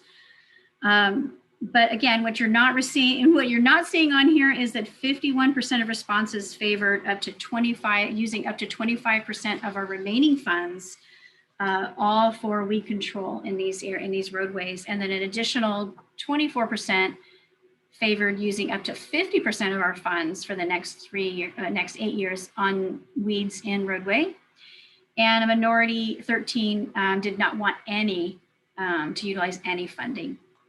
So I hope that gives you a good understanding of that with where our weeds are, where the concern was, and where, based on those concerns, people want to spend their funding. Definitely a high level wanted to spend it on sports fields and our roadway landscaping. So with that, I'm looking at our time. I know it's a little bit before 5:30, but before we jump into the next, I wanted to just check in with our chair and say thank you to our new board member, Madonna, and see if there's any last quick question you had before you leave, or if not, I just want to say thank you very much. And Madonna, this will be coming back to the board. I know you attended at least one of the meetings. Sorry to put you in this pinch. Any quick comments or questions before you take off? Comment, I would say, with the younger group where we're lacking survey feedback. If there's any way I could get a link for them. I work a lot with transitional age youth. So I have a big group of kids that could take that survey. I know surveys are not always fun. I take a couple once a week, so I get it. But no, everything's looking great. Thank you. Great, thank you so much. I appreciate it. Okay, with that, we're going to go ahead and keep rolling through all of this data. And we'll go into the next slide. So this is kind of a fun way of looking at what pathways are utilized the most. And certainly our Santa Rosa Creek Trail is pretty heavily used, 502 responses for that, followed by the Prince Memorial Greenway and Upper Brush Creek, and our other trails following after that. We also have that category, none of the above, at 268. What our understanding is that those are probably trails that are outside the city system that are still favored by folks. So we don't know that for sure, but we have a feeling that that is something, because we only offered selections of trails in the city. And we'll go through the next slide.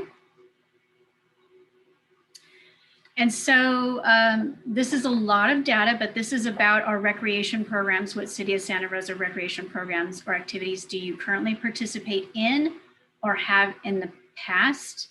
And our survey results, you can kind of look at, they're all kind of all over the place, but aquatics and events was the two highest responded to category of participation, followed by youth sports. And our camps at 9%, followed by rentals at 5%, and everything else was following after that. And then, well, it's not an exact correlation. We also wanted to give you a non-COVID year of actual participants from these programs, so you can kind of get a sense. We don't have the same kind of percentages, but you can at least get a sense of how many folks are actually participating. From aquatics and events, that's 133,000, and youth sports is 323,000, and camps 3,000, and over 300,000 rentals. So that gives you a big slice of where folks are participating in programming in the city. Next slide, please. And of course, this is the big question. This was, how would you like to see these funds prioritized? So it's really clear. We had maintain parks and recreational facilities to ensure safe, clean, and accessible experiences being the #1 priority at 21%. Again, similar to the other slides, there's not a huge diversity in these numbers. Everyone wants everything, which is not surprising. We want it all. But there was, the biggest point spread between the desire for maintenance and everything else. So that was pretty clear to us as a 4-point spread, which is big in this collection of categories. The second highest was improve and develop athletic fields, playgrounds, restroom, picnic areas, and visitor amenities. And followed closely, very closely, by create and expand parks, trails, bikeways, public art, and recreational and historic facilities. Then we had a little bit more of a drop with decreasing future fire risk, fuel loads, and invasive plants on city-owned open space at 13%. And just barely below that, plan and develop bike and path trails connections to schools, community spaces, and regional trails at 12%, and at 11% improve the trails along waterways and riparian areas to benefit fish, wildlife habitat, and water quality.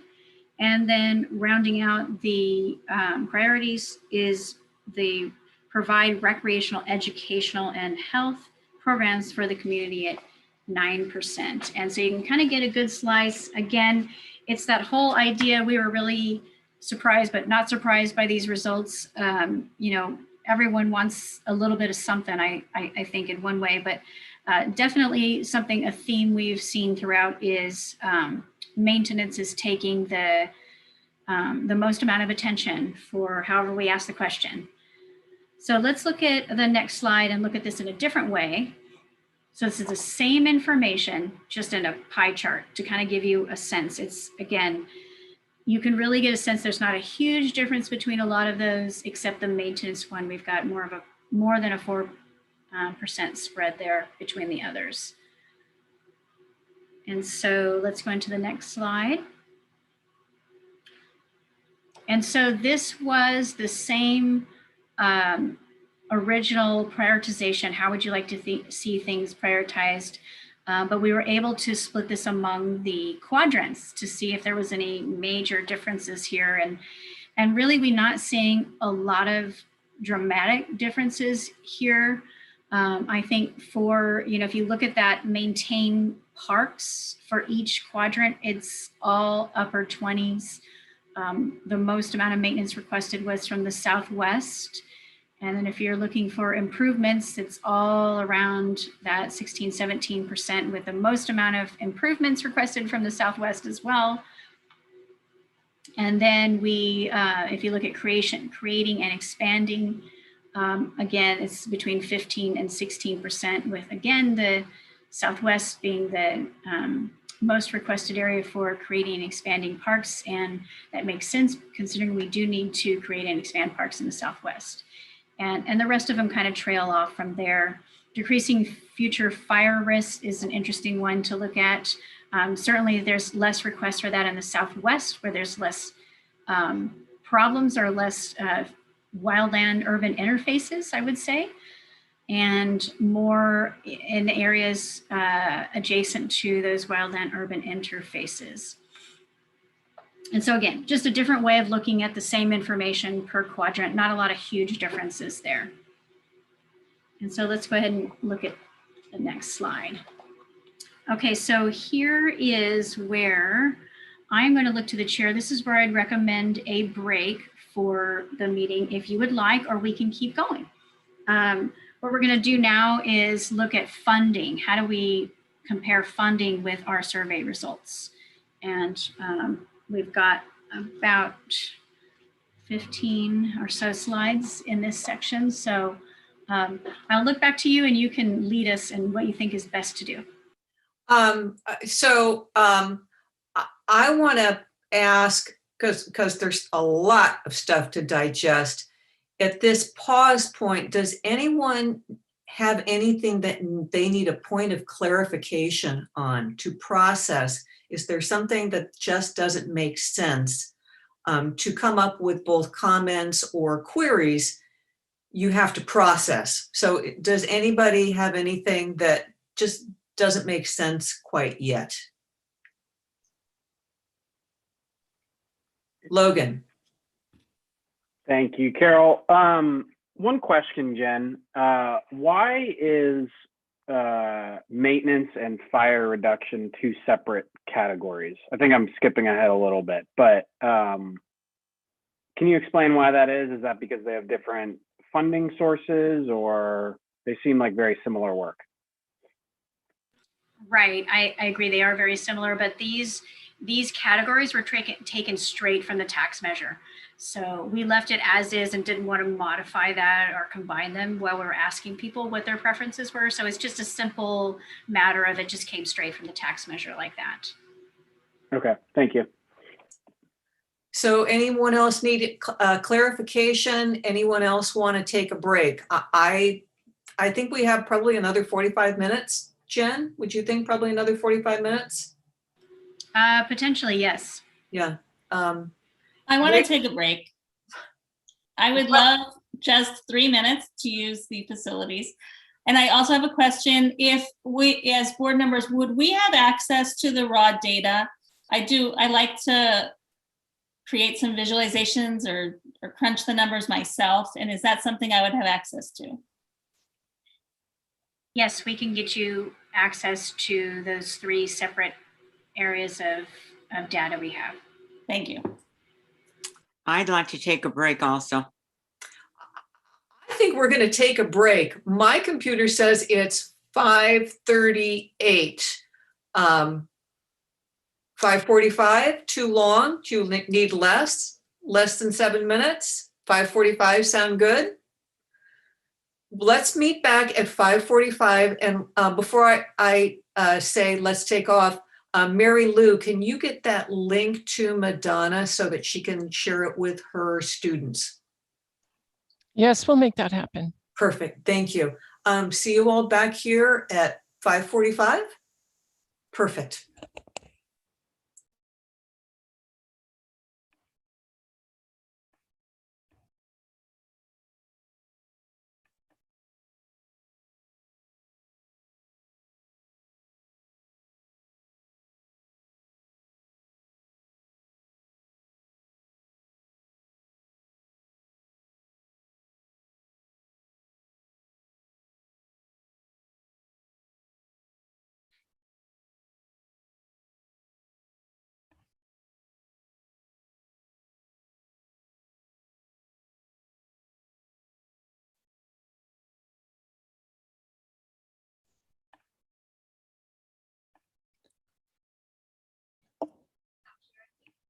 Oh, is that you? Yeah, yeah.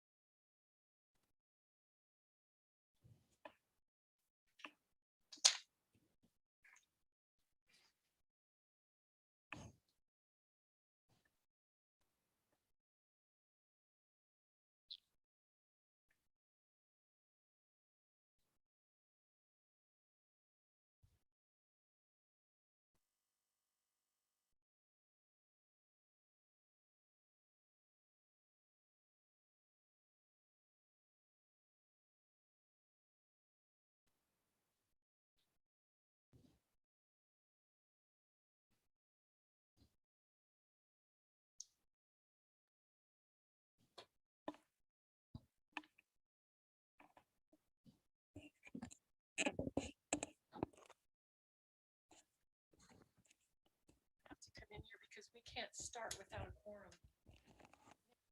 I can only see these two. Can you just? And if they're asking you any questions, because right now on screen sharing.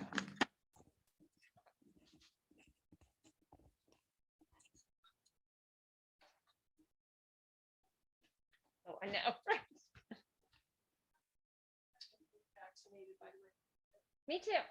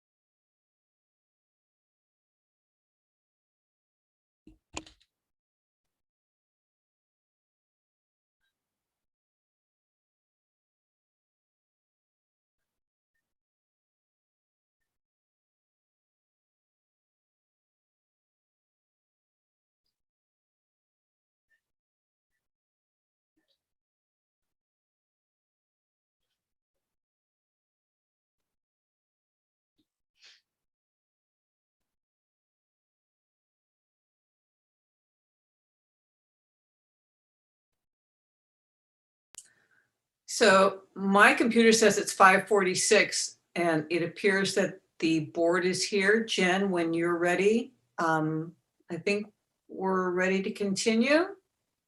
Yes? Great, thank you so much. I appreciate that. We are ready to continue. And I know Mary Lou will momentarily remove this slide and we'll get going. But I appreciate the break. Myself to get a glass of water as well. It's a lot of information and a lot to go over, but hopefully we've packaged it in a way that is helpful to digest some of it. So what we're going to do next, as the staff are getting up the presentation, is look at how, what sort of options we have for connecting the remaining years of funding to what all those survey results that we just saw. And so, so that's what we'll do now.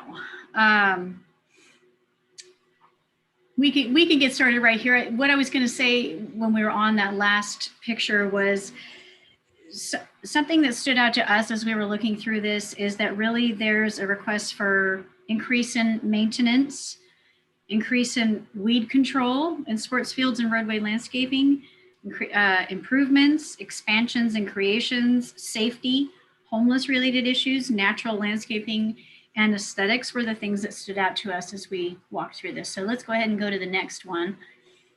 Next slide, please. And so these are just the basics. This is what we're going to talk about before we dive into the priorities. If you take what we are estimated to receive in years 3 through 10, we're estimated to receive about $15.3 million, et cetera. And again, these are all estimates, and the actual tax is trending a bit higher. But because we've only received actually one full fiscal year, we'll get the next fiscal year this July. We can kind of really see if is it a true trend or was it just a one-time thing. We don't really know yet, but certainly the first year trended higher, and we hope that that continues.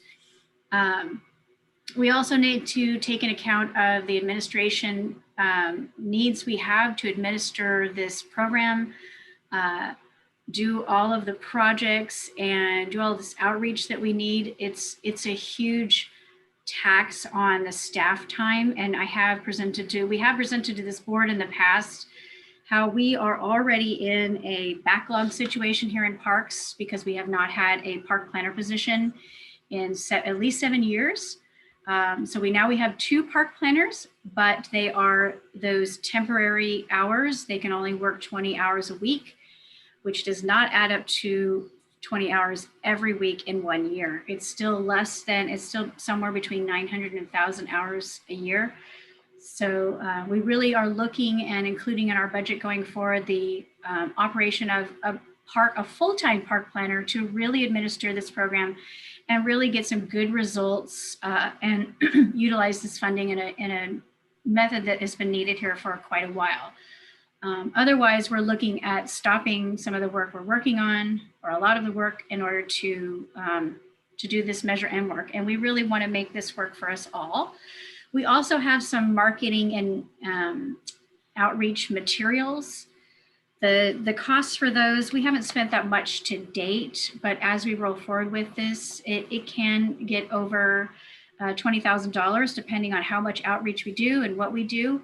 Every time we send out postcards, it's about $3,000.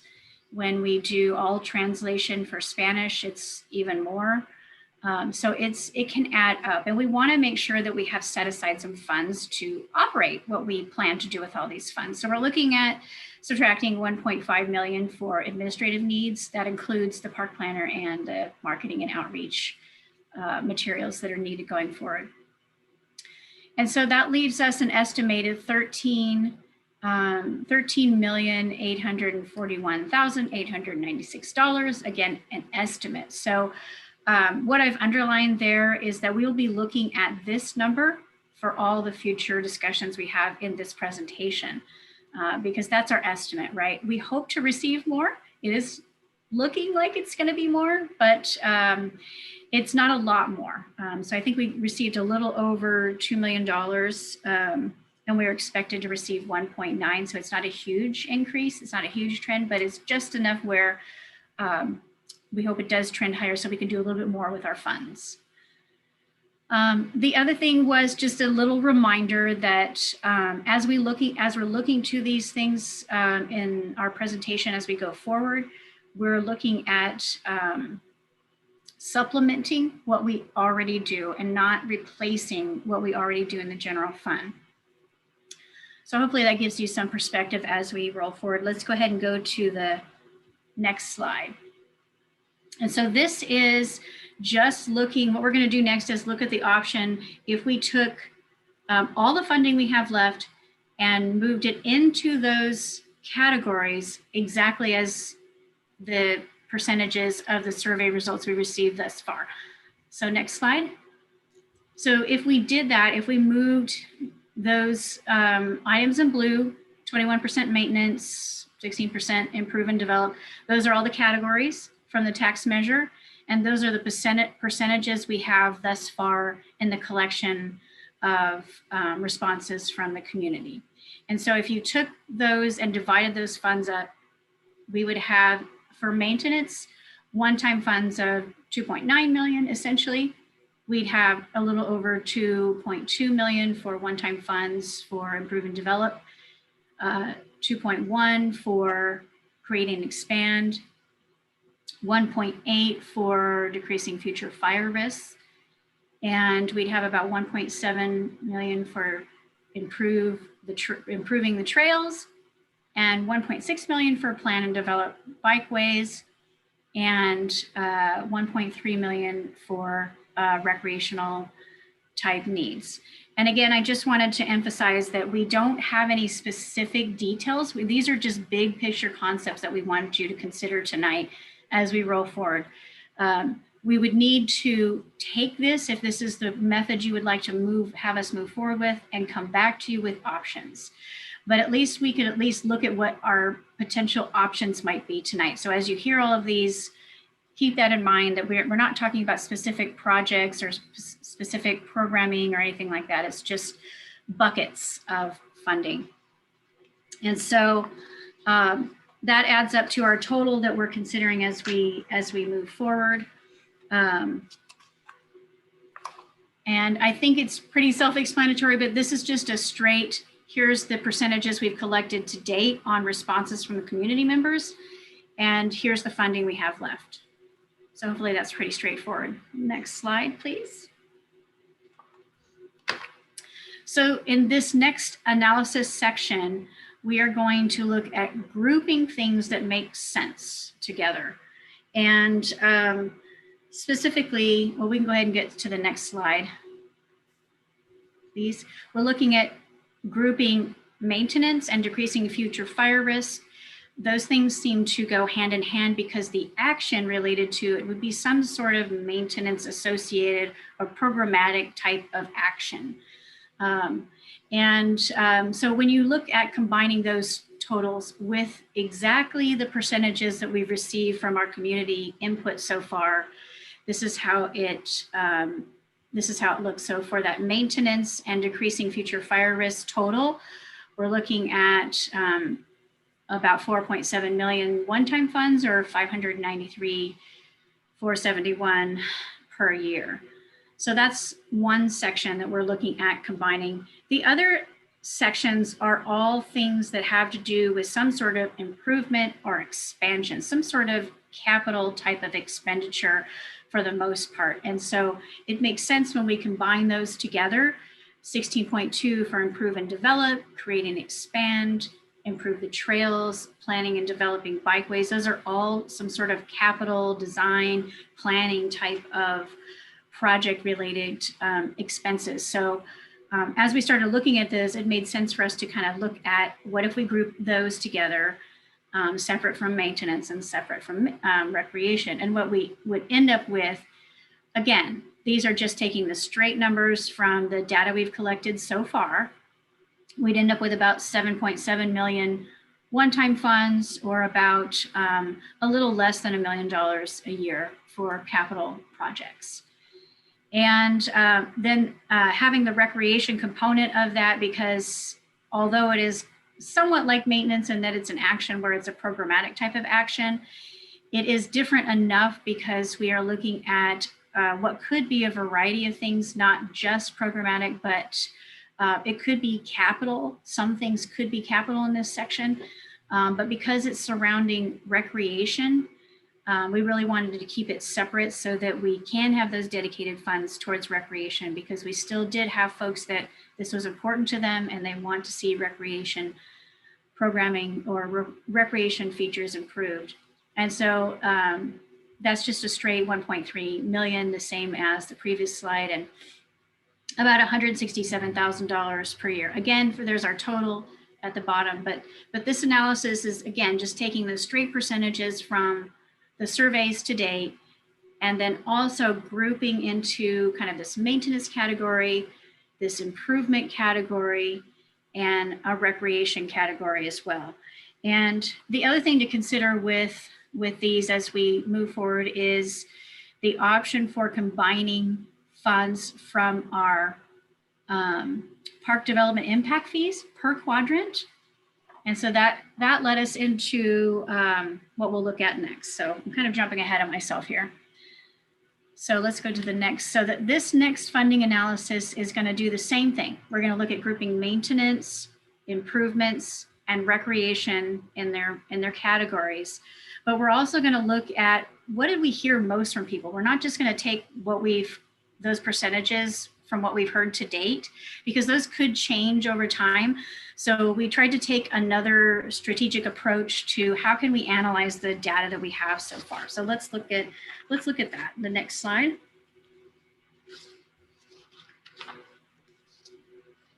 So this is again, I've broken it up into 3 slides because I can't fit it all like the others, but it's the same concept where we're trying to look at why should we group maintenance together, and this one is taking a different approach, or a more strategic approach about the percentage that should go towards this topic, this category of maintenance and fuel reduction. So again, if you just look at the 50% of the remaining funds, that gives us that 6.9 million one-time funds, or 865,118 per year for maintenance and fuel reduction. The other thing, and if you recall from the information we heard from the surveys, there was 50% of participants did note that their experience in rec and parks could be improved if we had better maintained parks. That's a theme we've been hearing throughout this throughout the meetings we've had and things we've heard from people in between meetings as well. Another fact that we wanted to point out here from the surveys was that between 46 and 51% of participants would like to utilize up to 25% of the remaining Measure M funds to enhance weed maintenance. And so that was that 25% of remaining funds. That's another way to look at it. But for us, what we're thinking of, this is another emphasis for maintenance. And then we also had the statistics so far of 33% of participants were very concerned, underscore very, about weeds in sports fields and roadway landscaping. And then there were 15% participants less concerned, but still concerned with trail adjacent weeds and natural area weeds. And I do have to apologize. I do have an error in that where I say add in reduction of future fire risks. It's just a leftover graphic. So my apologies, but please disregard that. It was supposed to be text and not numbers. But essentially these, like we talked about before, these types of activities would be an action related to some sort of maintenance, whether we have goats in Howard Park or more contracted weed services, whatever the method might be, we're going to have to come back to you with. We're going to have to develop that and come back to you with that. But this is the idea, to look at combining those together and look at taking 50% of the funds to use towards maintenance and fuel reduction, with the majority of that being towards maintenance. We would still have to put together a programmatic type of options for you all to consider as we move forward. But the conclusion would be that is essentially you have a little over $8 million for one-time funds, or just about $1 million a year for the next 8 years on some sort of maintenance enhanced experience. The other thing to consider with maintenance is what we spend on maintenance right now. So right now we have a contract services, we call it mow and blow. What it is someone comes out and mows the turf areas, the lawn areas in our parks, and they blow off the debris related to that. And we pay a little over $1 million a year for that service alone. To add in the additional services needed is a little over $1 million a year. So hopefully that kind of gives you a perspective. Maintenance does cost a lot of money. And so it makes sense and it lines up logically that we would spend a lot of the funds on maintenance, because it seems to be one of those areas that we're hearing a lot of cleanup of encampments. We have a park monitor program that's run by the recreation team, which is proving to be very successful. And we've been dreaming of putting together this program for years in rec and parks, and it's starting to take shape. And so we can further develop that somebody that it's not just the traditional maintenance, it's picking up trash, being a presence in the parks on the weekends when we have most of our people participating in activities on the weekends, and really taking care to clean the restrooms and do all those things that we hear folks complaining about. So this idea of looking at maintenance is something that's stuck with us as we looked at this. And rather than taking the idea of using just the straight percentages, we looked at taking 50% of that and looking at, could we develop a plan with those funds or several options of plans and come back to you with what those would look like. We really want that extra time to be able to put together something. And we would like to take up to 50% and be able to think about how to strategize, how do we move forward with that? Because certainly if we want to look at removing weeds, from increasing weed removal in sports fields to reduce sports injuries, and that's maybe more staff time, maybe more contracted services. And for the roadway landscaping, it's the same thing. We might get more for our funds with a contracted service, and we would want to make sure we get estimates for that and come back to you with actuals. Versus right now, we're just kind of talking about, we think this is a good idea to move forward with this, but we want the ability to play around with about 50% of the funds and come back with plans. And if we can't utilize it, I seriously doubt we can't utilize it, but if we can't, we'll come back to you and tell you. But we would like to have you consider this as one of those similar options where we group categories together, but we look at 50% of the funds there. The other thing to think of with contracted maintenance is the cost for what we do right now. And for example, Coffee Park has come up a lot. I think I have a number here for park maintenance that's close to, for Coffee Park, we spend about $30,000 a year to have that maintained. So hopefully that gives you an idea of how much is going towards funding maintenance. It can be expensive. And so we really feel like we need to look at 50% of that, because that's what we're hearing the most from the community. So with that, let's go to the next slide and look at our improvements. And so again, this is the same idea of grouping those categories from the tax measure, those priorities, into an area where you'd look at improvements. And so we first looked at the idea, okay, well, let's take 50% of what's remaining and put it into improvements.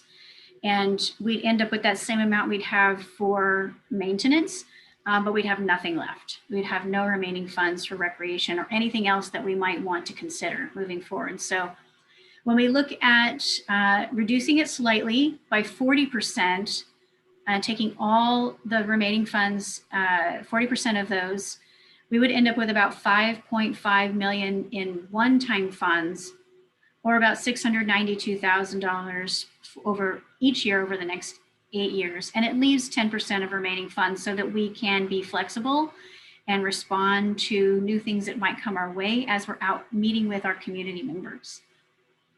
And the other thing that we'd want to consider here for sure is to look at this on a per quadrant basis.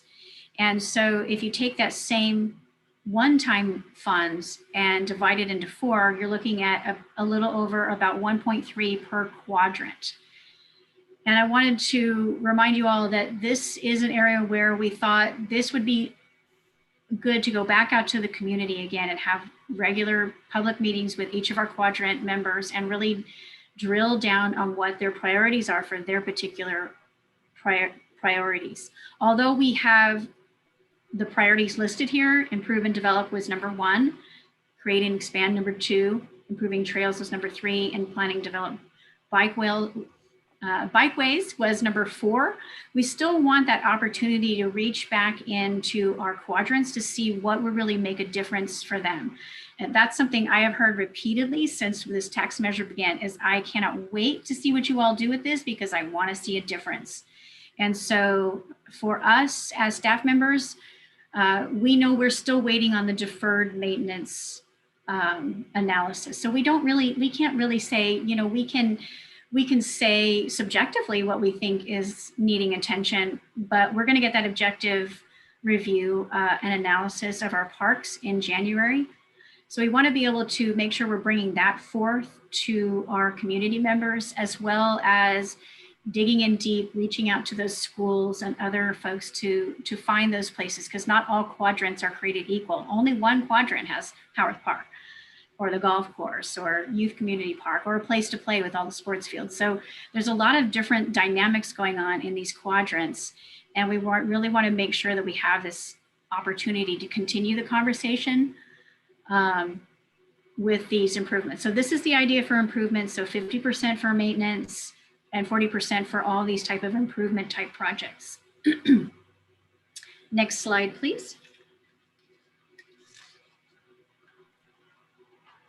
And so again, this is pretty easy. We just have this little top section about the recreational program. We'd have about 10% less left after we look at combining maintenance and fuel reduction and combining all the improvement sections. We'd have 10% left of all the remaining funds from years 3 through 10 that we could look at something for the recreation team. And so if you subtract the maintenance and the improvements, what you end up with is about 1.3 million as one-time funds, or about 173,000 per year for the next 8 years for years 3 through 10 in some sort of recreational development. And again, I really can't wait to dig in and come back with a plan of what we think we can do with that, because maybe there's something improvement related in there that we shouldn't be thinking of that we're not thinking of right now. So just to recap this last option, it was essentially to dedicate the 6.9 million towards maintenance and fuel reduction, 5.5 million towards all the improvements, and the remainder of 1.3 towards recreation type programming for our total. And again, when I say dedicate, is just what we really mean is consider this and come back to you with options based around these groups. So I'm sure I've missed something, but let's go ahead and go to the next slide so we can move on. So in these next few slides, there's only a few left, so I think we made better time than I thought we would. What we're going to do is just kind of wrap it up. And although we're saying conclusions, this is in no way a conclusion. We really just want to have a conversation about what our next steps are. So let's go ahead and dive into our next slide. And so again, the staff's recommendations, looking at everything based on the survey results, is to look at options of up to 50%, using up to 50% to develop an expenditure plan for park maintenance with the park maintenance team, the recreation team, the fire teams, and our community partner hosts. We think we can do this and come back to you hopefully this summer with some sort of draft plan or plans for your consideration. We need a little bit of time so we can meet with all the folks that do our maintenance operations throughout the organization. We also have the fire team that could be receiving PG&E funds. I need to verify with the fire department what they're receiving. And so maybe there's other opportunities where in Rec and Parks, we can look at different types of fire management like goats and things that have been very successful for us to do. So we really need that time again to come back to you with some operations. So really what we're looking for you to do is let us know if we can looking at 50% of the funds to develop some sort of plan and come back to you with those options. Okay, so let's go to the next slide. And so this is it's just recommendations continued, but it's the 40% of all remaining funds towards improvement type projects. It's the same type of thing. So we would develop an expenditure plan, come back to you next spring with options after we meet with all of our community quadrant leaders again, and all of our community. We'll have lots of surveys and we'll start to drill down deep into our communities and what they want. We'll be able to share our deferred maintenance plan with our community members as well as the board. And we'll definitely hold all those additional public meetings so we can collect additional feedback. And again, the idea is to take a look at what we could do with 40% of that and develop plans and come back to you next spring with those options. Next slide, please. And so this is the final recommendation. It's the same thing. It's dedicating 10% of the estimated funding towards recreational needs. And that's something where we want to look to our recreation staff in conjunction with our community partner hosts and develop expanded options for either additional programming or programming support or some sort of capital support or something that's really needed related to programming. And we would hold additional meetings and surveys if needed as we develop our plans to see what we need, but we would definitely reach out to participants, recreational programming participants, and receive feedback. And again, it's that same request to return with a detailed expenditure plan. And right now, when we're in COVID, that is a little difficult. So we're going to look probably to come back to you later in the year, sometime between late summer, early spring, with an expenditure plan. We might be able to come back with portions of that as things open up again. So that's the overall. I know it's a ton of information and I apologize. We tried to break it into pieces, but that's the idea. We have those three options for how we think we could move forward. Our recommendation is for 50% towards maintenance and fuel reduction, 40% towards improvements, and 10% remainder for recreation, et cetera. We will also hope if we get additional funds that we have some flexibility as we move forward to look at additional options. So with that, I think my next slide is the end, but I did have some conclusions, I'm sorry. And I had already gone through them, so I'm not gonna continue, but essentially what I said in the beginning, we need a little bit more time to develop options, and we'd also like to hear from you. Are we missing something? Are we not considering something?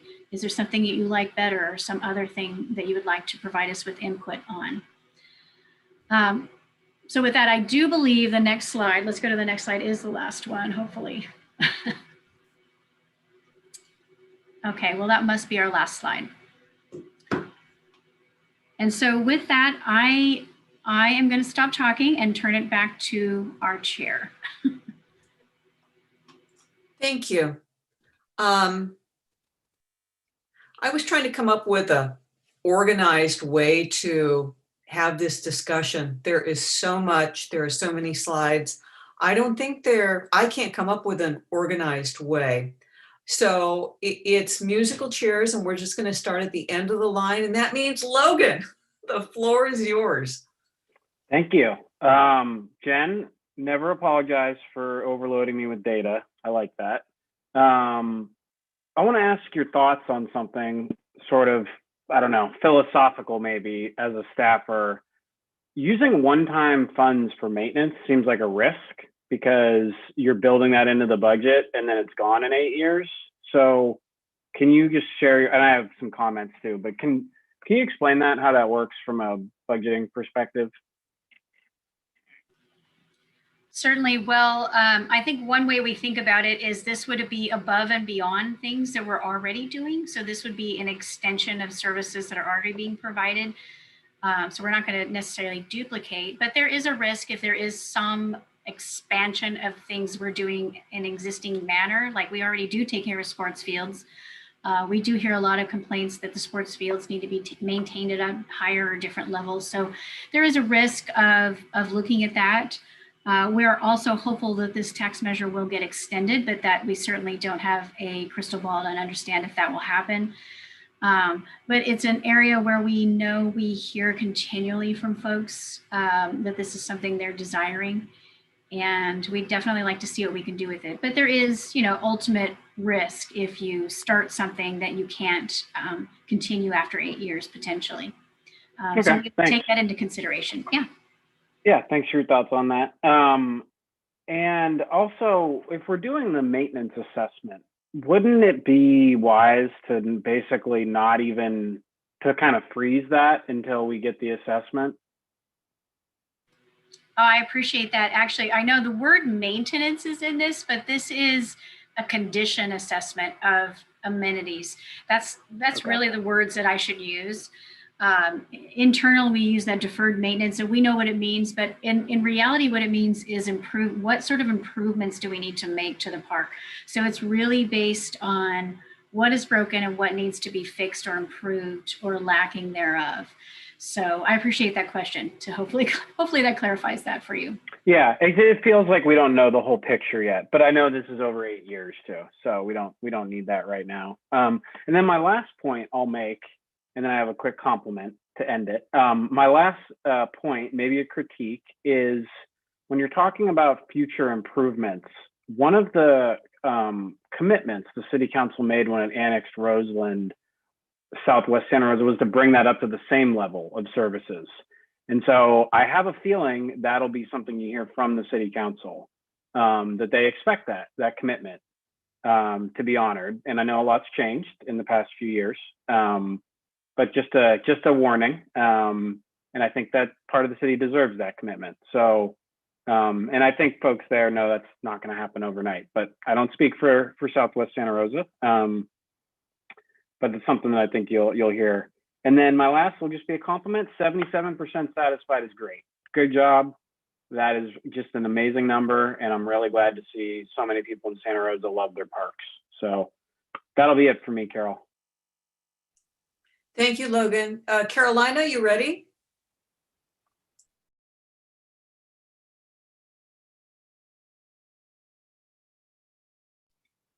Well, now I am. Thank you, Jen. This was amazing. And you're right, it is a little overwhelming. I really like the grouping of the total info, and I very much appreciated the breakdown of maintenance. I agree with Logan. We're definitely going to hear from Roseland, because they come frequently in person to meetings. So, in all fairness, we need to be sure that we're aware of that. I enjoyed taking the survey. And as I was taking it, I must tell you, I did wonder a lot about who else was taking it and what the results would be. So I appreciate the fact that we got to really look at this, and I'm not at all upset that we have to be able to look at it some more. Jen, you need to go home and have a big gin and tonic, because you really worked this afternoon. That's just a personal, but thank you. Thank you, Caroline. I appreciate that. And I hope there is a glass of wine waiting for me when Yeah. Pamela, you're up. Thank you so much, Jan. Thank you for all that really important information that you've been collecting and synthesizing and now communicating. First of all, I am very concerned about the lack of, as you've already noted, input from people who are age 35 and younger. I have a guess that that is maybe the group that uses all of these services the most. And that's what I think I would like to have. I would like to have over maybe an annual, and then we can put it together, the age groups, if you know, of those people who use our parks and rec the most, or who uses it. You know, by quadrant. Maybe we know, maybe we don't. Because we want to make sure we get input from all those people before we make any really big decisions.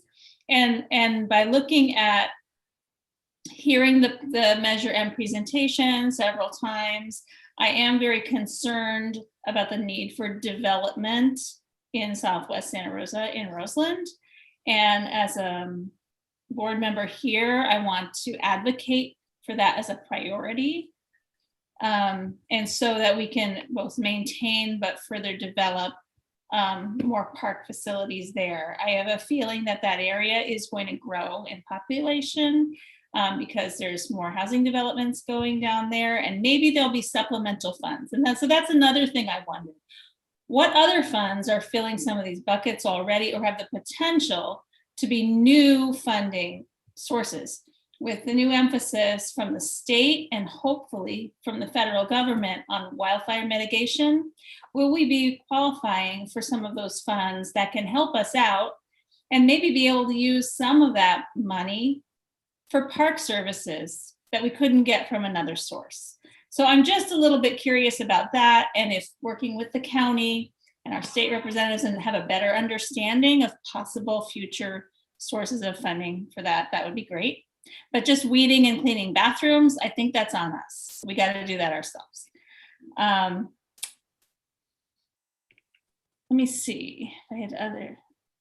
Those were my main things. Oh, the other thing is when we do go, and you know, I've had a background working with teens and schools, and if we do go ask teens and even young adults for input, I would challenge us to maybe change the format of how we do it and how we deliver it and how we have a session to make it more palatable and more appropriate for the age demographics that we do, and perhaps work with CHOPS Teen Club or work with other teen organizations or Vince Harper's, you know, programs and things like that to try to make it something that we would get authentic feedback and that high level of participation.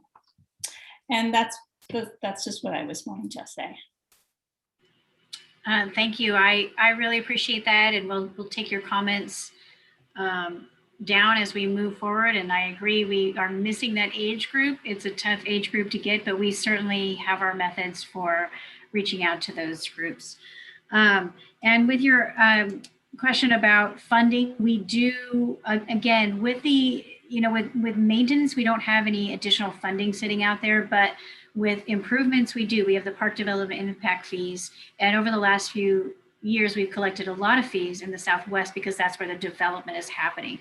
So we have quite a bit of funds that we can consider combining with what we might come up with in the Southwest. But I appreciate the feedback about there has been requests and emphasis.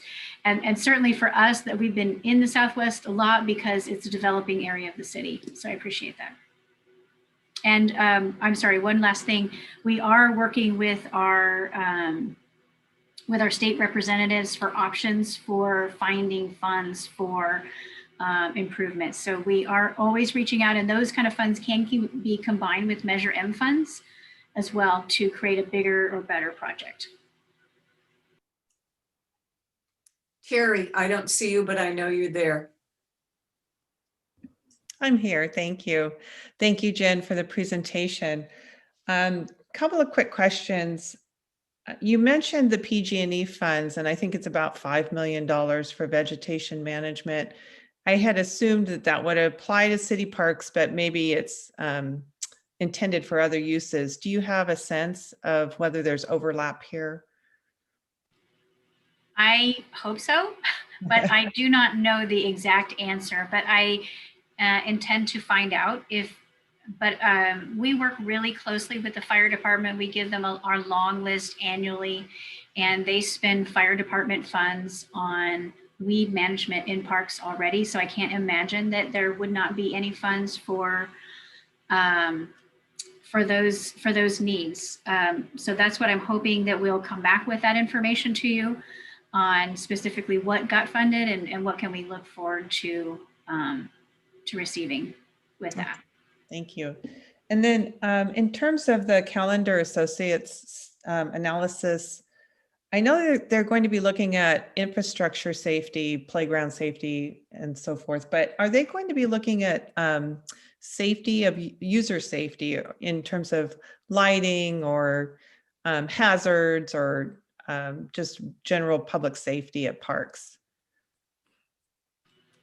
Not necessarily from a lighting perspective. What we've asked them to do is the existing lighting working?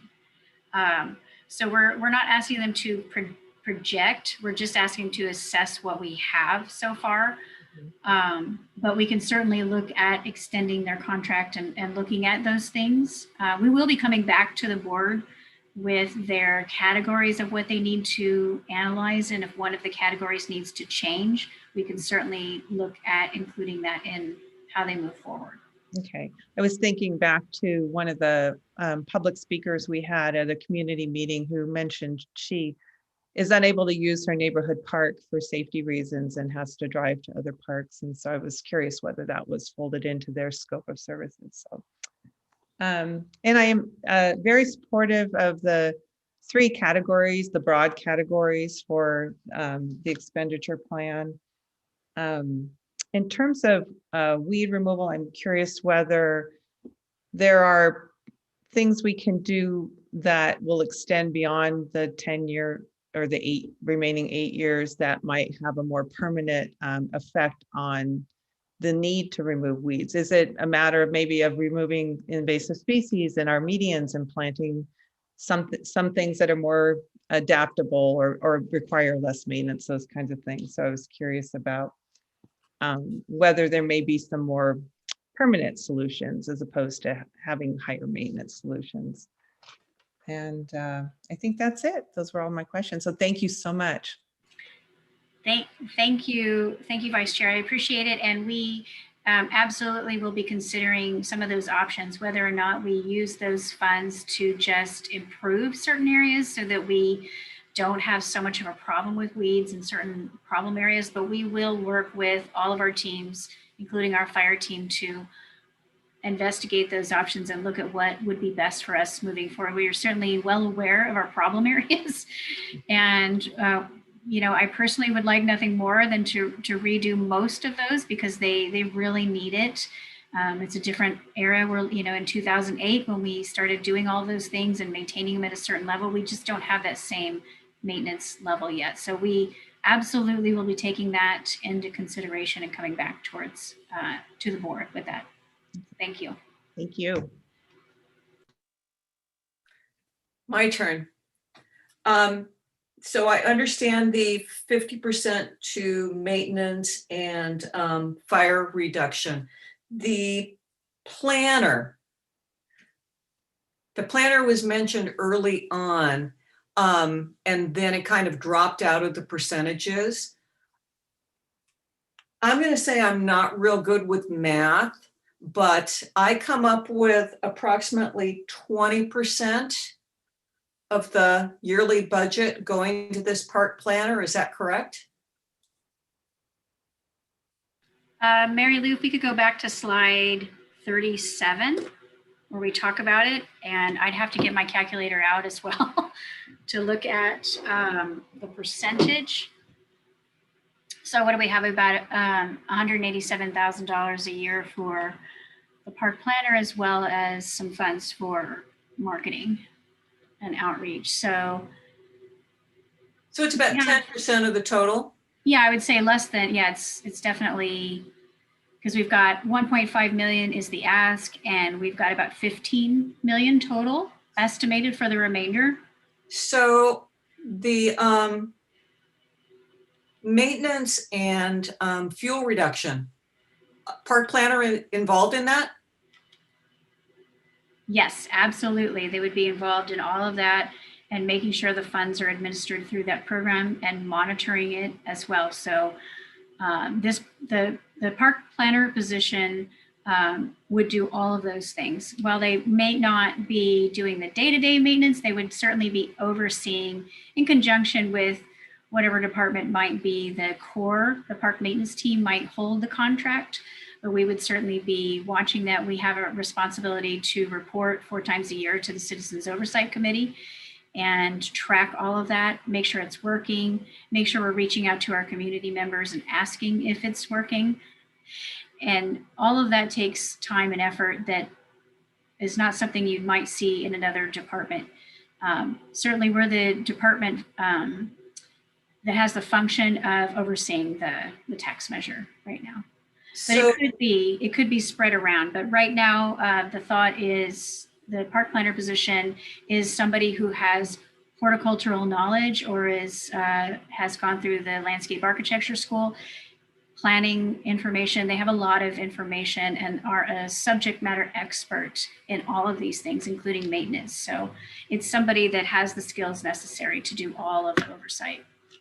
so 50% maintenance and fuel reduction, 10%, I know this is a harsh word, but I'm going to call it administration plus. That's 60% off the top. That's not really getting me anything that I can say, wow, I feel real good about this. It's a new swing set for my kids. If the tax measure had come across as 40% is actually going to go into tangible improvements that you can see as beneficial, I don't know if I would have voted for it.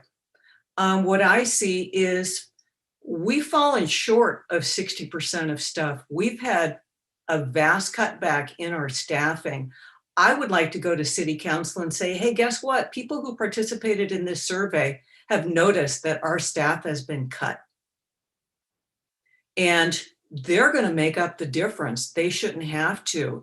To me, it's really another indication of Park and Rec being shorted.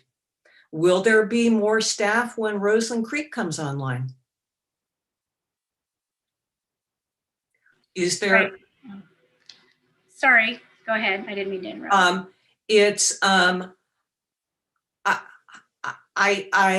I don't think the city's given us a fair shake here. That I would like the city to step up to the plate with those PG&E dollars, with those community redevelopment.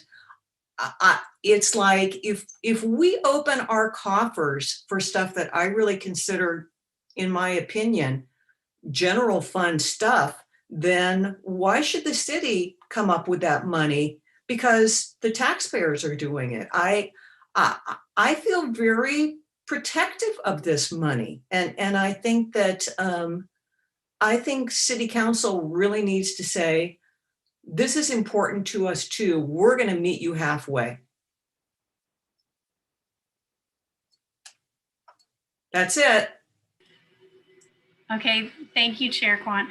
And I appreciate the conversation. One of the things that I didn't mention and I had in my presentation and forgot was, what are other agencies doing with these funds, and how are they appropriating these funds? So one of the things we get is a revenue and expenditure report of what everybody's doing. As we participate in this oversight committee, these are being generated annually. And the one we have from last year shows that we have $287,000 being used towards staffing. And those are folks administering the additional whatever they decided to do with their funds. So we have, if you look at a fiscal overview of thousands of dollars, overall there is salaries and benefits being spent. Let's see if I can get this, $260,000 being spent at the county level on staffing and salaries to administer these funds. So it's not entirely uncommon for something that is in addition to what we're doing to be also funding its administration. So it's not out of the question for a tax to be funding those things.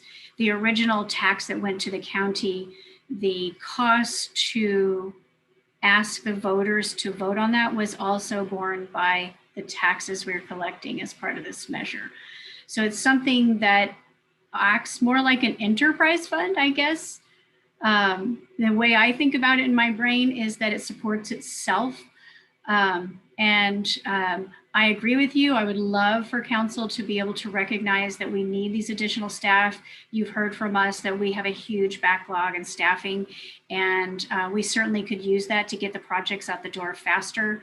But right now, this is one way where we could look at funding this quickly and moving forward and administering just Measure M funds so that we can protect and do what we said we were going to do with these tax funds and administer them properly without stopping what we're already doing, which is one of the concerns that we had at a staffing level, is that if we don't look at bringing on additional people to support this tax measure, we are going to have to backtrack on some of the things we've already committed to.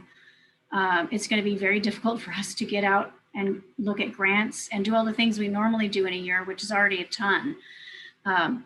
So I just add that to that conversation, but I definitely appreciate your concern for parks and the look at what are we doing with general fund dollars as well. I appreciate that greatly. And that's something that we can continue to have the conversation with at council. Council is looking at a budget reduction this year in all of the departments. So we're being asked to return budget this year as we roll into this budget season. So it's just something to consider that we're still in that place where we're being asked to reduce budgets at a department level. So we're figuring out how to do that as we roll forward. And I don't want to speak on behalf of, I'm not the director of the Public Works, but just to keep that in mind as you think about how we can move forward and take some steps necessary to start administering these. Because we have certainly spent an enormous amount of time. I mean, certainly this is mostly what Emily Ander has been doing. And our staff is this. So she can't get to the other things that we think are important. So it's tough. And it's a hard conversation to have. But this is one of the ways we can think of funding to make sure that we can provide whatever the community does ultimately want from how we move forward. The other thing that I wanted to go through was to look at how folks are spending their funds. So if we look at the maintenance section, that is the biggest section that has been funded by the county. They funding over $3 million at the county in maintenance, and 2.8 to improve access, and 2.2 towards natural resources. I'm sorry, this report is a little bit difficult to read, but essentially that is where we're at. If you look at the county expenditures so far, we will certainly collect more data as we go on. From a project base, the County Regional Parks is looking at a new trail at Hood Mountain, renovating a boat launch at Doran Park, energy efficient lighting at Arnold Field, a new online camping reservation from a programmatic standpoint.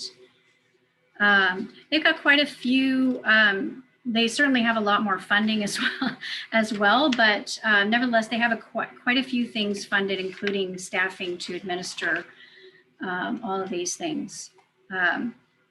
Cloverdale is looking at putting in more playground surfacing. They have a smaller percentage of the funds, so they're looking at that. Healdsburg is looking at increasing their stewardship at Fitch Mountain Park and Open Space Preserve. And Petaluma's got several improvements planned, including amplified park and trail maintenance. So I could go on, but I just wanted to give you a sense of what others were doing in the county. I did forget, that was part of my last slide that I want to provide that information. Hopefully it gives you a sense of what's happening that is pretty similar to what we're doing. So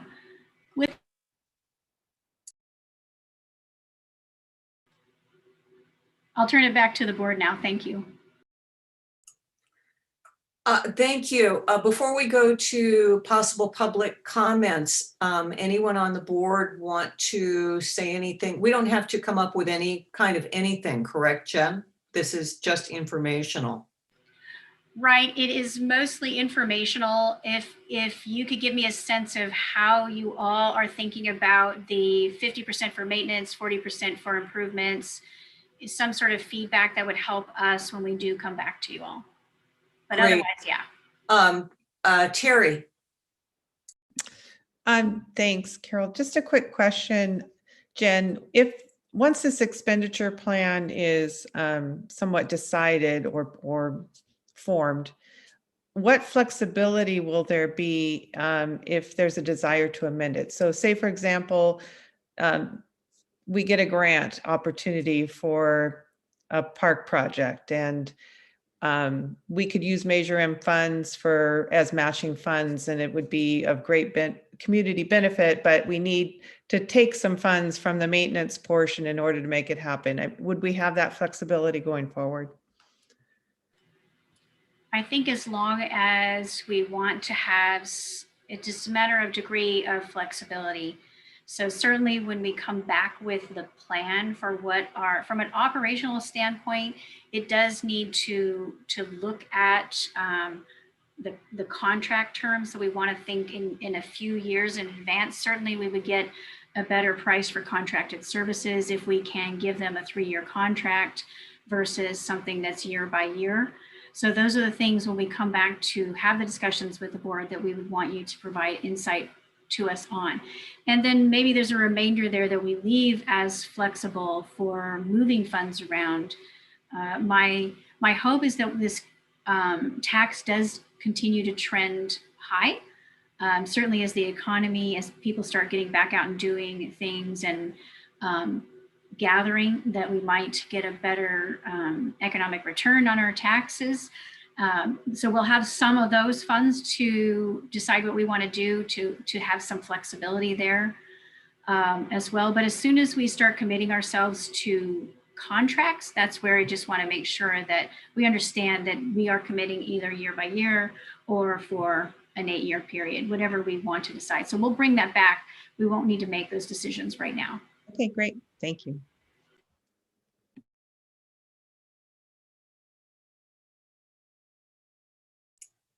Anybody else?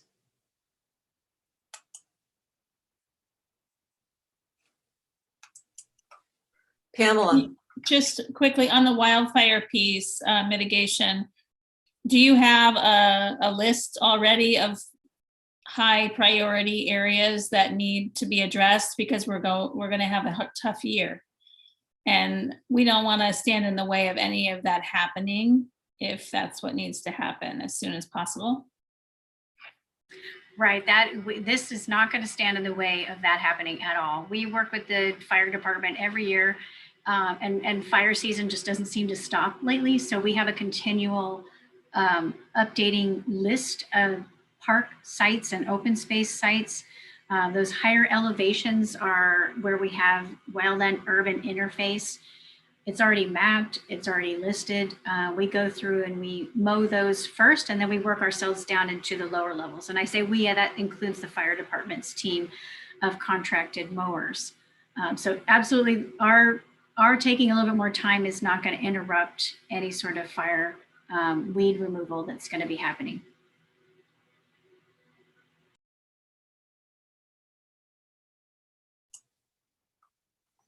So I'm not seeing any other hands raised. I'm going to say, go for that PG&E money, find the jugular vein and tap it, because anything we can get PG&E to pay for, those funds could go into real improvements. And the Southwest, we need to do everything we can for the new part of Santa Rosa to make them as important as the rest of Santa Rosa. That's where the kids are. That's where we owe it to them. And the maintenance, it's a little sad that the fires don't affect, or traditionally have not affected, that quadrant. They're not going to see those fuel reduction dollars being spent for their safety. I think we have to work it both ways. I appreciate that. And they definitely can see a different types of maintenance. We have Roseland Creek that's undeveloped. That park could benefit from additional maintenance, although definitely not in that traditional fire zone. Yes. So thank you, Jen. I think there's still a lot of work to do. There's the additional outreach. We had 1,000 respondents. These numbers are based on 1,000 respondents. If you get a couple hundred youth to weigh in, things can skew, sorry, but it could be a whole new ball game. And this really needs to be, the pavement needs to be, the drum needs to be beat. We need to get CAB, we need to get teachers, we need to get the city council people to really engage with their people to find out what they want in their parks, especially now coming out of COVID. You know, Parks and Rec have been real important this year, and they're going to be even more important when people can get out and enjoy them. Thank you. I did have one other comment, Carol. And I know we're at the end of the meeting, so this is just one technical question. On the youth survey results, yes, I definitely want to see a lot more of that, being in that age group. But, did you weight those responses at all, Jen? We don't have to get into polling methodology, but were those weighted to be a bigger share of those other categories? Or like the folks who said their priorities of what they want in a park, since there were so few of the younger folks, they weren't really shown much in those, right? Right. We didn't break it apart per age group and what people desired. We just, whoever participated, their results are shown. It wasn't broken apart per age. Yeah. Maybe if you have trouble reaching those groups, use the weighting function, and so we can maybe see their voices represented a little better in those different categories. I know they're hard to reach. We're hard to reach. I appreciate Thank that. you. Yeah, we definitely will look forward to continue the conversation and bringing them on. They have always so many fantastic ideas. One suggestion there, I'd check out the Santa Rosa subreddit. It's a very active social media platform, probably lots of folks around my age on there. Thank you. I appreciate that. Okay, we're going to go to public comments on this item, unless somebody wants to throw their hand up real quick. Public comments on this item? Yes, I have one comment delivered in person by the posted deadline. The public comment is from Dwayne DeWitt from Roseland. Please allocate funds to begin work on the Roseland Creek Bikeway Greenway on the south side of Roseland Creek between Burbank Avenue and McMinn Avenue. Slide 13 of your presentation has a photo of the bridge at Roseland Creek on McMinn Avenue. The Sonoma County Water Agency holds the easement there and has expressed interest in the Bikeway Greenway. Over 30 years ago, a citizens advisory group for the City Southwest Area Plan advocated for more parks in Roseland. 17 years ago, the city spent $100,000 for the Roseland Creek Concept Plan, which advocated for the bikeway as well as more parks along the creek. 10 years have passed since taxpayer funds were spent to buy land on the south side of the creek for the bikeway. Now is the time to finally start the Bikeway Greenway. Open up the land to the public and let the community volunteer to start the work finally. Begin by funding our community efforts. Thank you. Thank you. Do we have any more public comments on this item? We do have a couple of hands raised.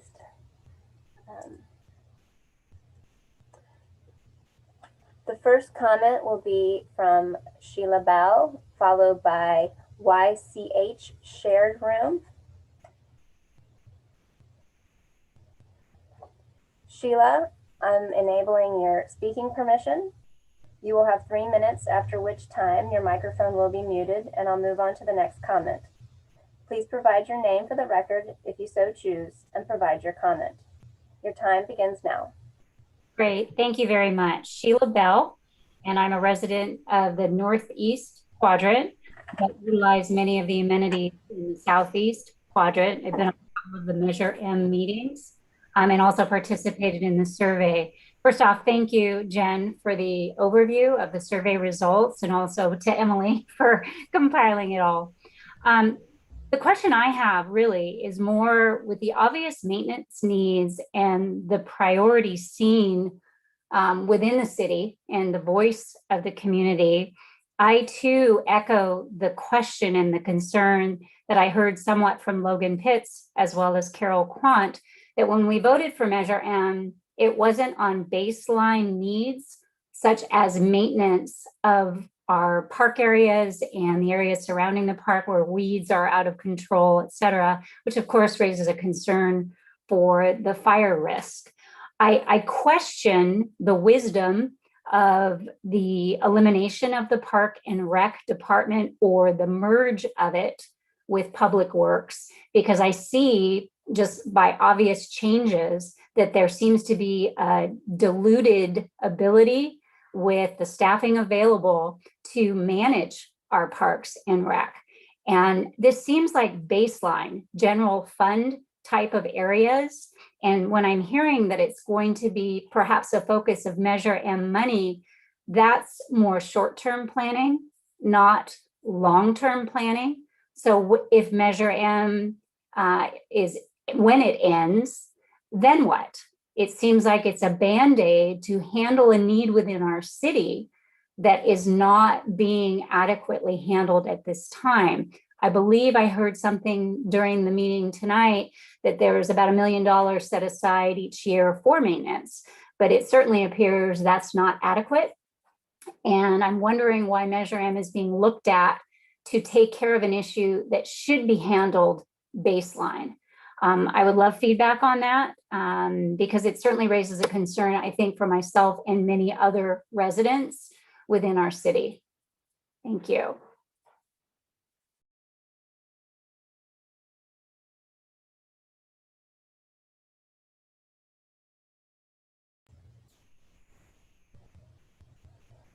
Thank you, Sheila. The next comment is from the YCH Shared Room. I am enabling your permission to speak. You will have 3 minutes, after which time your microphone will be muted, and I'll move on to the next comment. Please provide your name for the record if you so choose, and provide your comment. Your time begins now. Hi, my name is Thea Hensel. I'm sorry I can't change the name on my Zoom for some weird reason when I get on the city, so I apologize for that. I want to just say that I applaud so many of the comments that I've heard already from people. And I worked tirelessly to get Measure M passed. For every night I was in the office making phone calls. And I agree with Carol that all the bright, shiny objects that I told people were going to happen with this windfall that we would get, I'm not seeing that.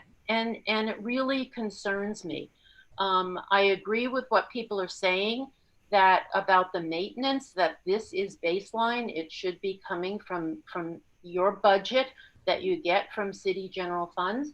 I think that I can't say that this measure is going to get passed again in 10 years if people don't see some of those bright, shiny objects we thought were going to be coming. So I have some concerns about that. Another thing is I am hoping that this budget, because I know it's really difficult to plan a budget 8 and 10 years out, but I think it will need revisions. And one of the things that strikes me is particularly on something like maintenance. This department has been hit for years with budget cuts, staffing, services, everything. The Parks Department has always taken the big hits. And there is a lot of deferred maintenance. But as park benches get repaired, as fields and playgrounds get repaired, at some point in time, some of that maintenance should get reduced. It shouldn't be the same cost every single year. And I don't see that reflected in the numbers here anywhere, unless that's down in the minutia of the budget. So the real question that I have is hopefully that this will get reviewed and adjusted as needs change. Thank you.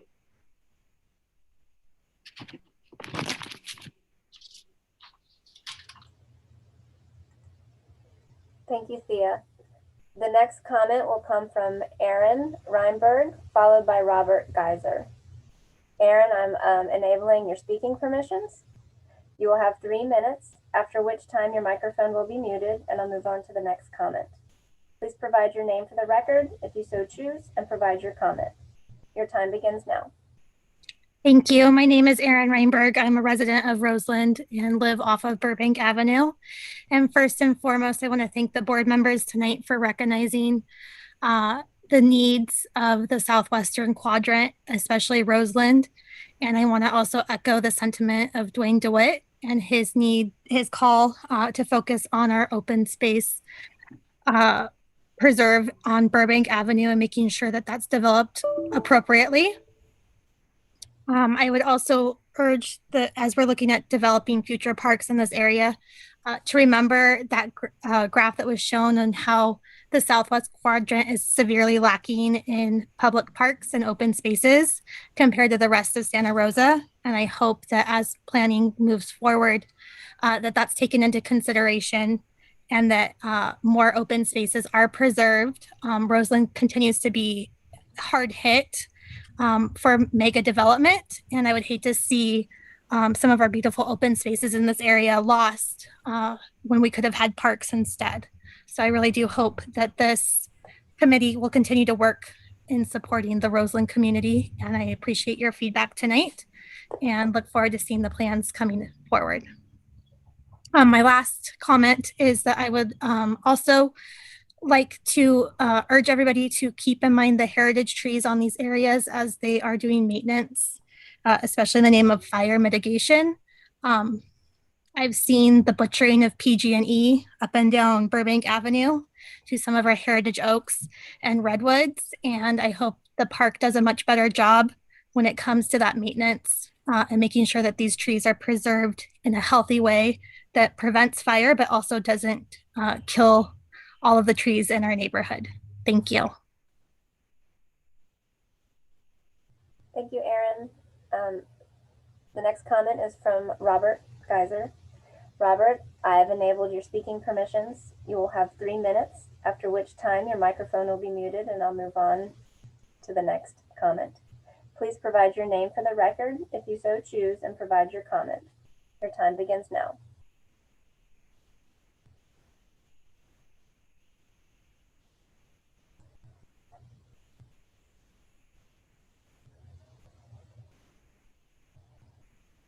Are you still there, Robert?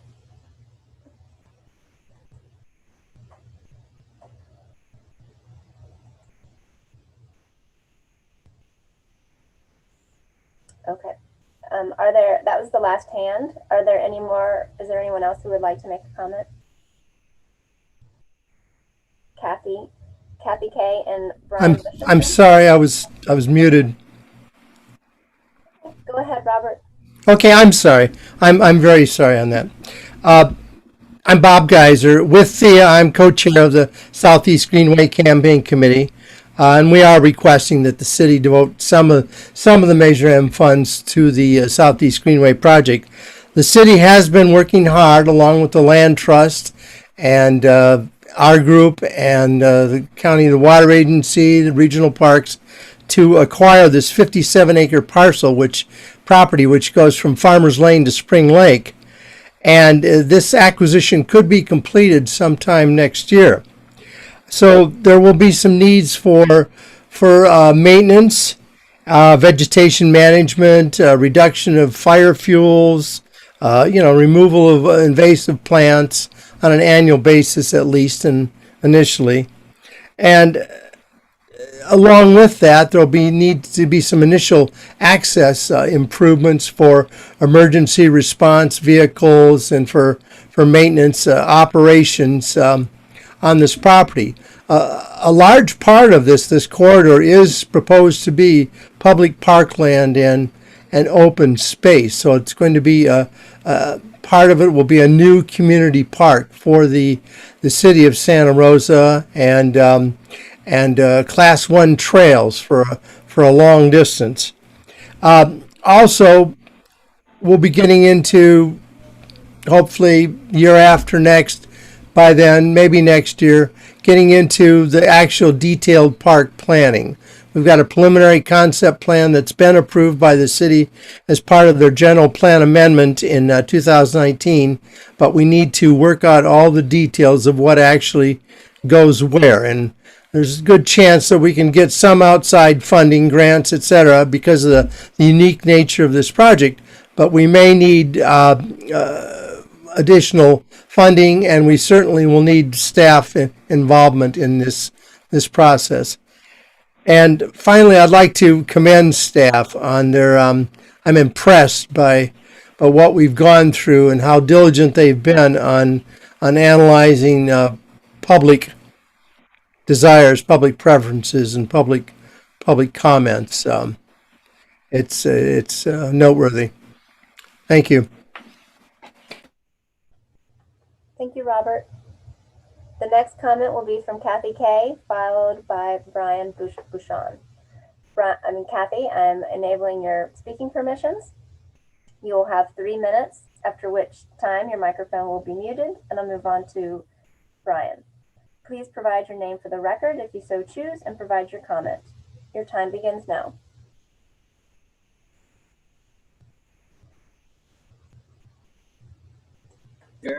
Hello, I'm Kathy Kirsten. I'm the North Bay Pickleball Ambassador for Sonoma, Napa, and Solano counties. We have over 100 pickleball players enjoying daily play at Finley Community Park and Howarth Park. And we are all hoping that funding of the building of additional courts for Santa Rosa participants of all ages will be a part of Measure M expenditure. And by the way, good job, all of you who have been compiling all of these results. We pickleball players are giving you a big high five. Thank you. Thank you, Kathy. The next comment is from Brian. Brian, I've enabled your speaking permissions. You will have 3 minutes, after which your microphone will be muted. Please provide your name for the record if you so choose, and provide your comment. Your time begins now. Good evening, I'm Brian Bouchon. First off, as usual, Jen, great job on your 50 sheet presentation. I was pretty well fleshed out. First, I'd definitely like to see a lot more participants, as this is bigger than just one neighborhood. I mean, the whole city. 1,000 seems a little low on participation, especially the younger demographic, as was suggested earlier. I'd like to see more of an outreach on that.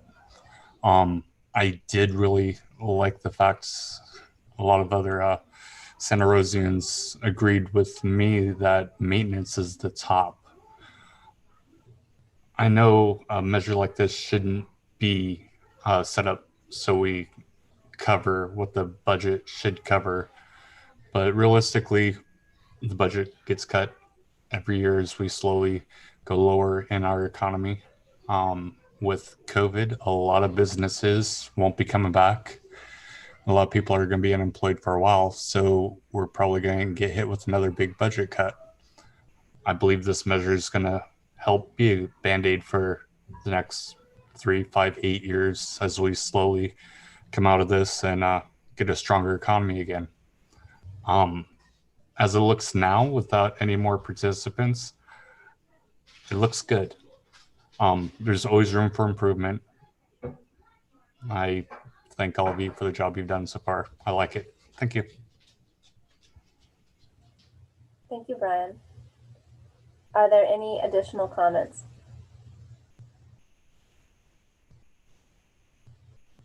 Madam Chair, I see no more hands.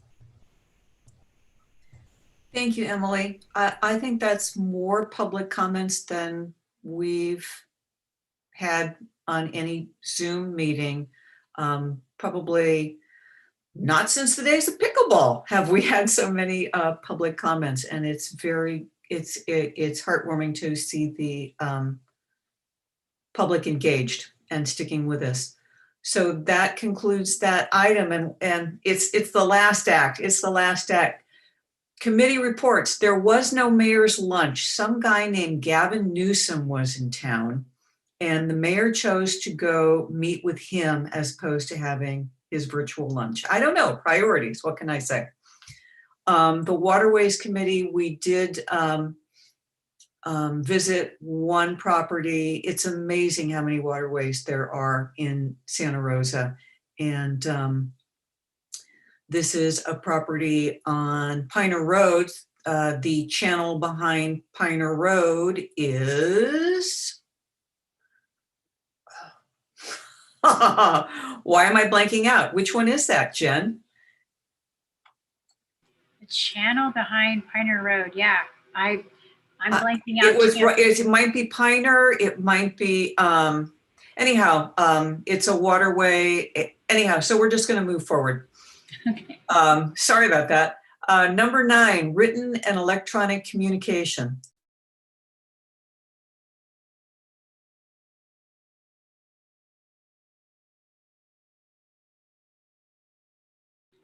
I am not seeing any written or electronic communications. I'm going to check in with our host just to verify they didn't receive anything separate. The only thing we received were the public comments by Mr. DeWitt, and those were published and read into the record. Thank you, Mary Lou.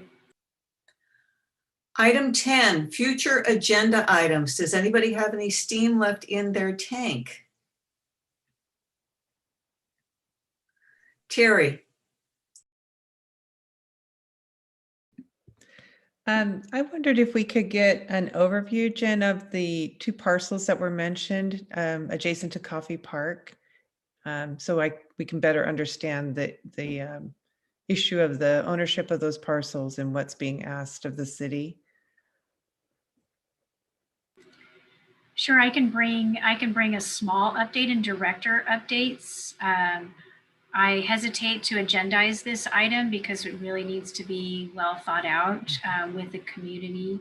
We are working with the community and looking at options, but as you can imagine, there's a lot of legal things that would need to happen to move forward with something like that. But I can give you a really brief overview of where, et cetera, as part of the director updates going forward. Thank you. Anyone else? Carol, I had a suggestion. I think it'd be helpful to know more about those fuel reduction programs, Jen, and who does them at the city, and how that's funded with the fire department and the PG&E settlement and the new wildfire protection plan and how that all syncs together. Okay, so you want to know what we're doing now for fuel reduction, the wildfire urban based on the wildfire urban interface, and what new stuff is from the. I think just explaining how fuels reduction works on park properties. Oh, okay, got it. Thank you. That's not urgent. Just sometime over the summer. I think it'd be Absolutely. good for us to learn that. That would be great. We'll plan that out. Pamela? To put more on your plate, Jen, I would like updates maybe on a monthly basis as how the drought is impacting park. It could be park maintenance, but also park programming, and if there's adjustments that you've had to make because of either mandates or difficulties with the water situation. Okay, got it. Definitely, we can certainly do that. It is affecting us, so we can talk about how that is happening, what's happening there.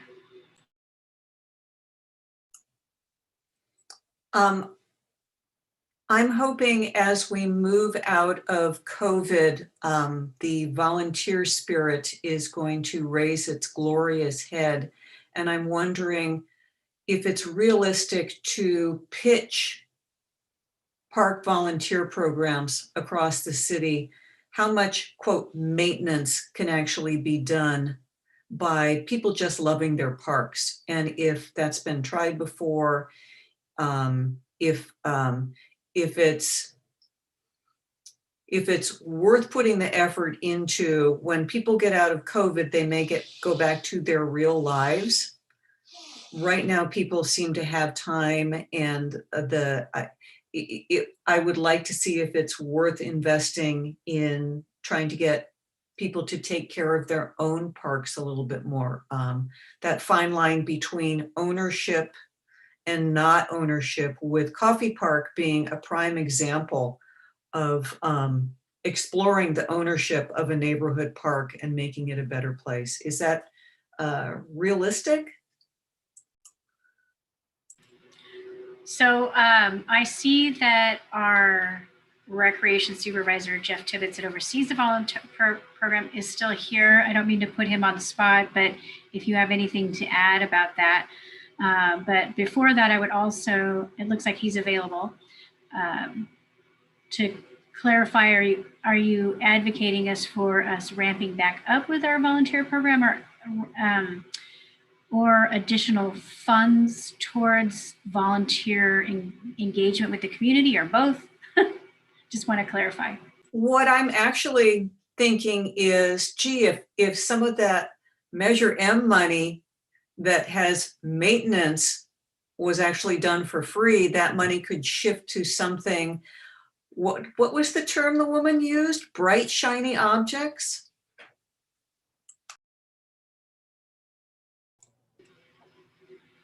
Yes, and oh, there he is. There's Jeff. So I'm going to let Jeff chime in about the volunteer program, and then I can give you some more information as well. But Jeff, you have to put a hat on. I've got my volunteer hat on now. So to kind of the heart of your question, there is some limitation, obviously, within our volunteer program, there's a limitation on what tools can be used and those types of things due to liability. So there is, when you're talking about especially deferred maintenance, where you are talking bigger projects to revitalize a park, oftentimes, even if we have volunteer support, it's going to require a combination of volunteers and maintenance, or it's going to be excruciating handwork for the volunteers that you get to the point where you're like, why don't we have the staff use the proper equipment and do this in a day instead of now months and months of volunteer work for it. And the other thing, we are internally having some conversations about the volunteer program and how that's all going to work and coming back, in just a matter of staffing priorities as we figure out what's happening with frozen positions, what positions are we going to get back, what are we not going to get back, and bringing back our revenue generating programs and different things within recreation. So there's support for volunteers from recreation and from parks. And so making sure that we have that support to manage some of those bigger projects. And right now, really focusing on the pre-existing projects that we, often are less work because they're groups that have already been established, and it's kind of the same type of a project and kind of a yearly calendar, where some of the new stuff right now, to be perfectly honest, is a little bit of a challenge as we're looking at what our priorities are and what our resources are. And then I will just add to that to say that absolutely Measure M funds can, in two categories, be used to look at what options we have for improving that program and expanding it to do more project-based stuff. So we've got, as Jeff mentioned, the maintenance part of that. There's a huge component towards our volunteer program with maintenance staff. So that's one way where we can contribute, as well as when things get into the realm of it's a project. Certainly we have those funds there. So I guess that's three categories now.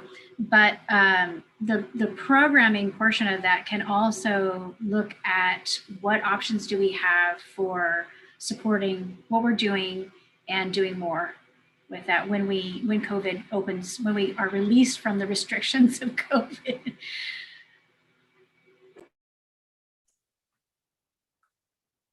Thank you. Hey, thank you everybody for sticking around.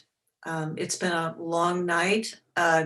Anybody got anything else, or do we get to say it's time to adjourn? Then it is, God help us, 7:15, and it is time to adjourn. Thanks for sticking around, everybody.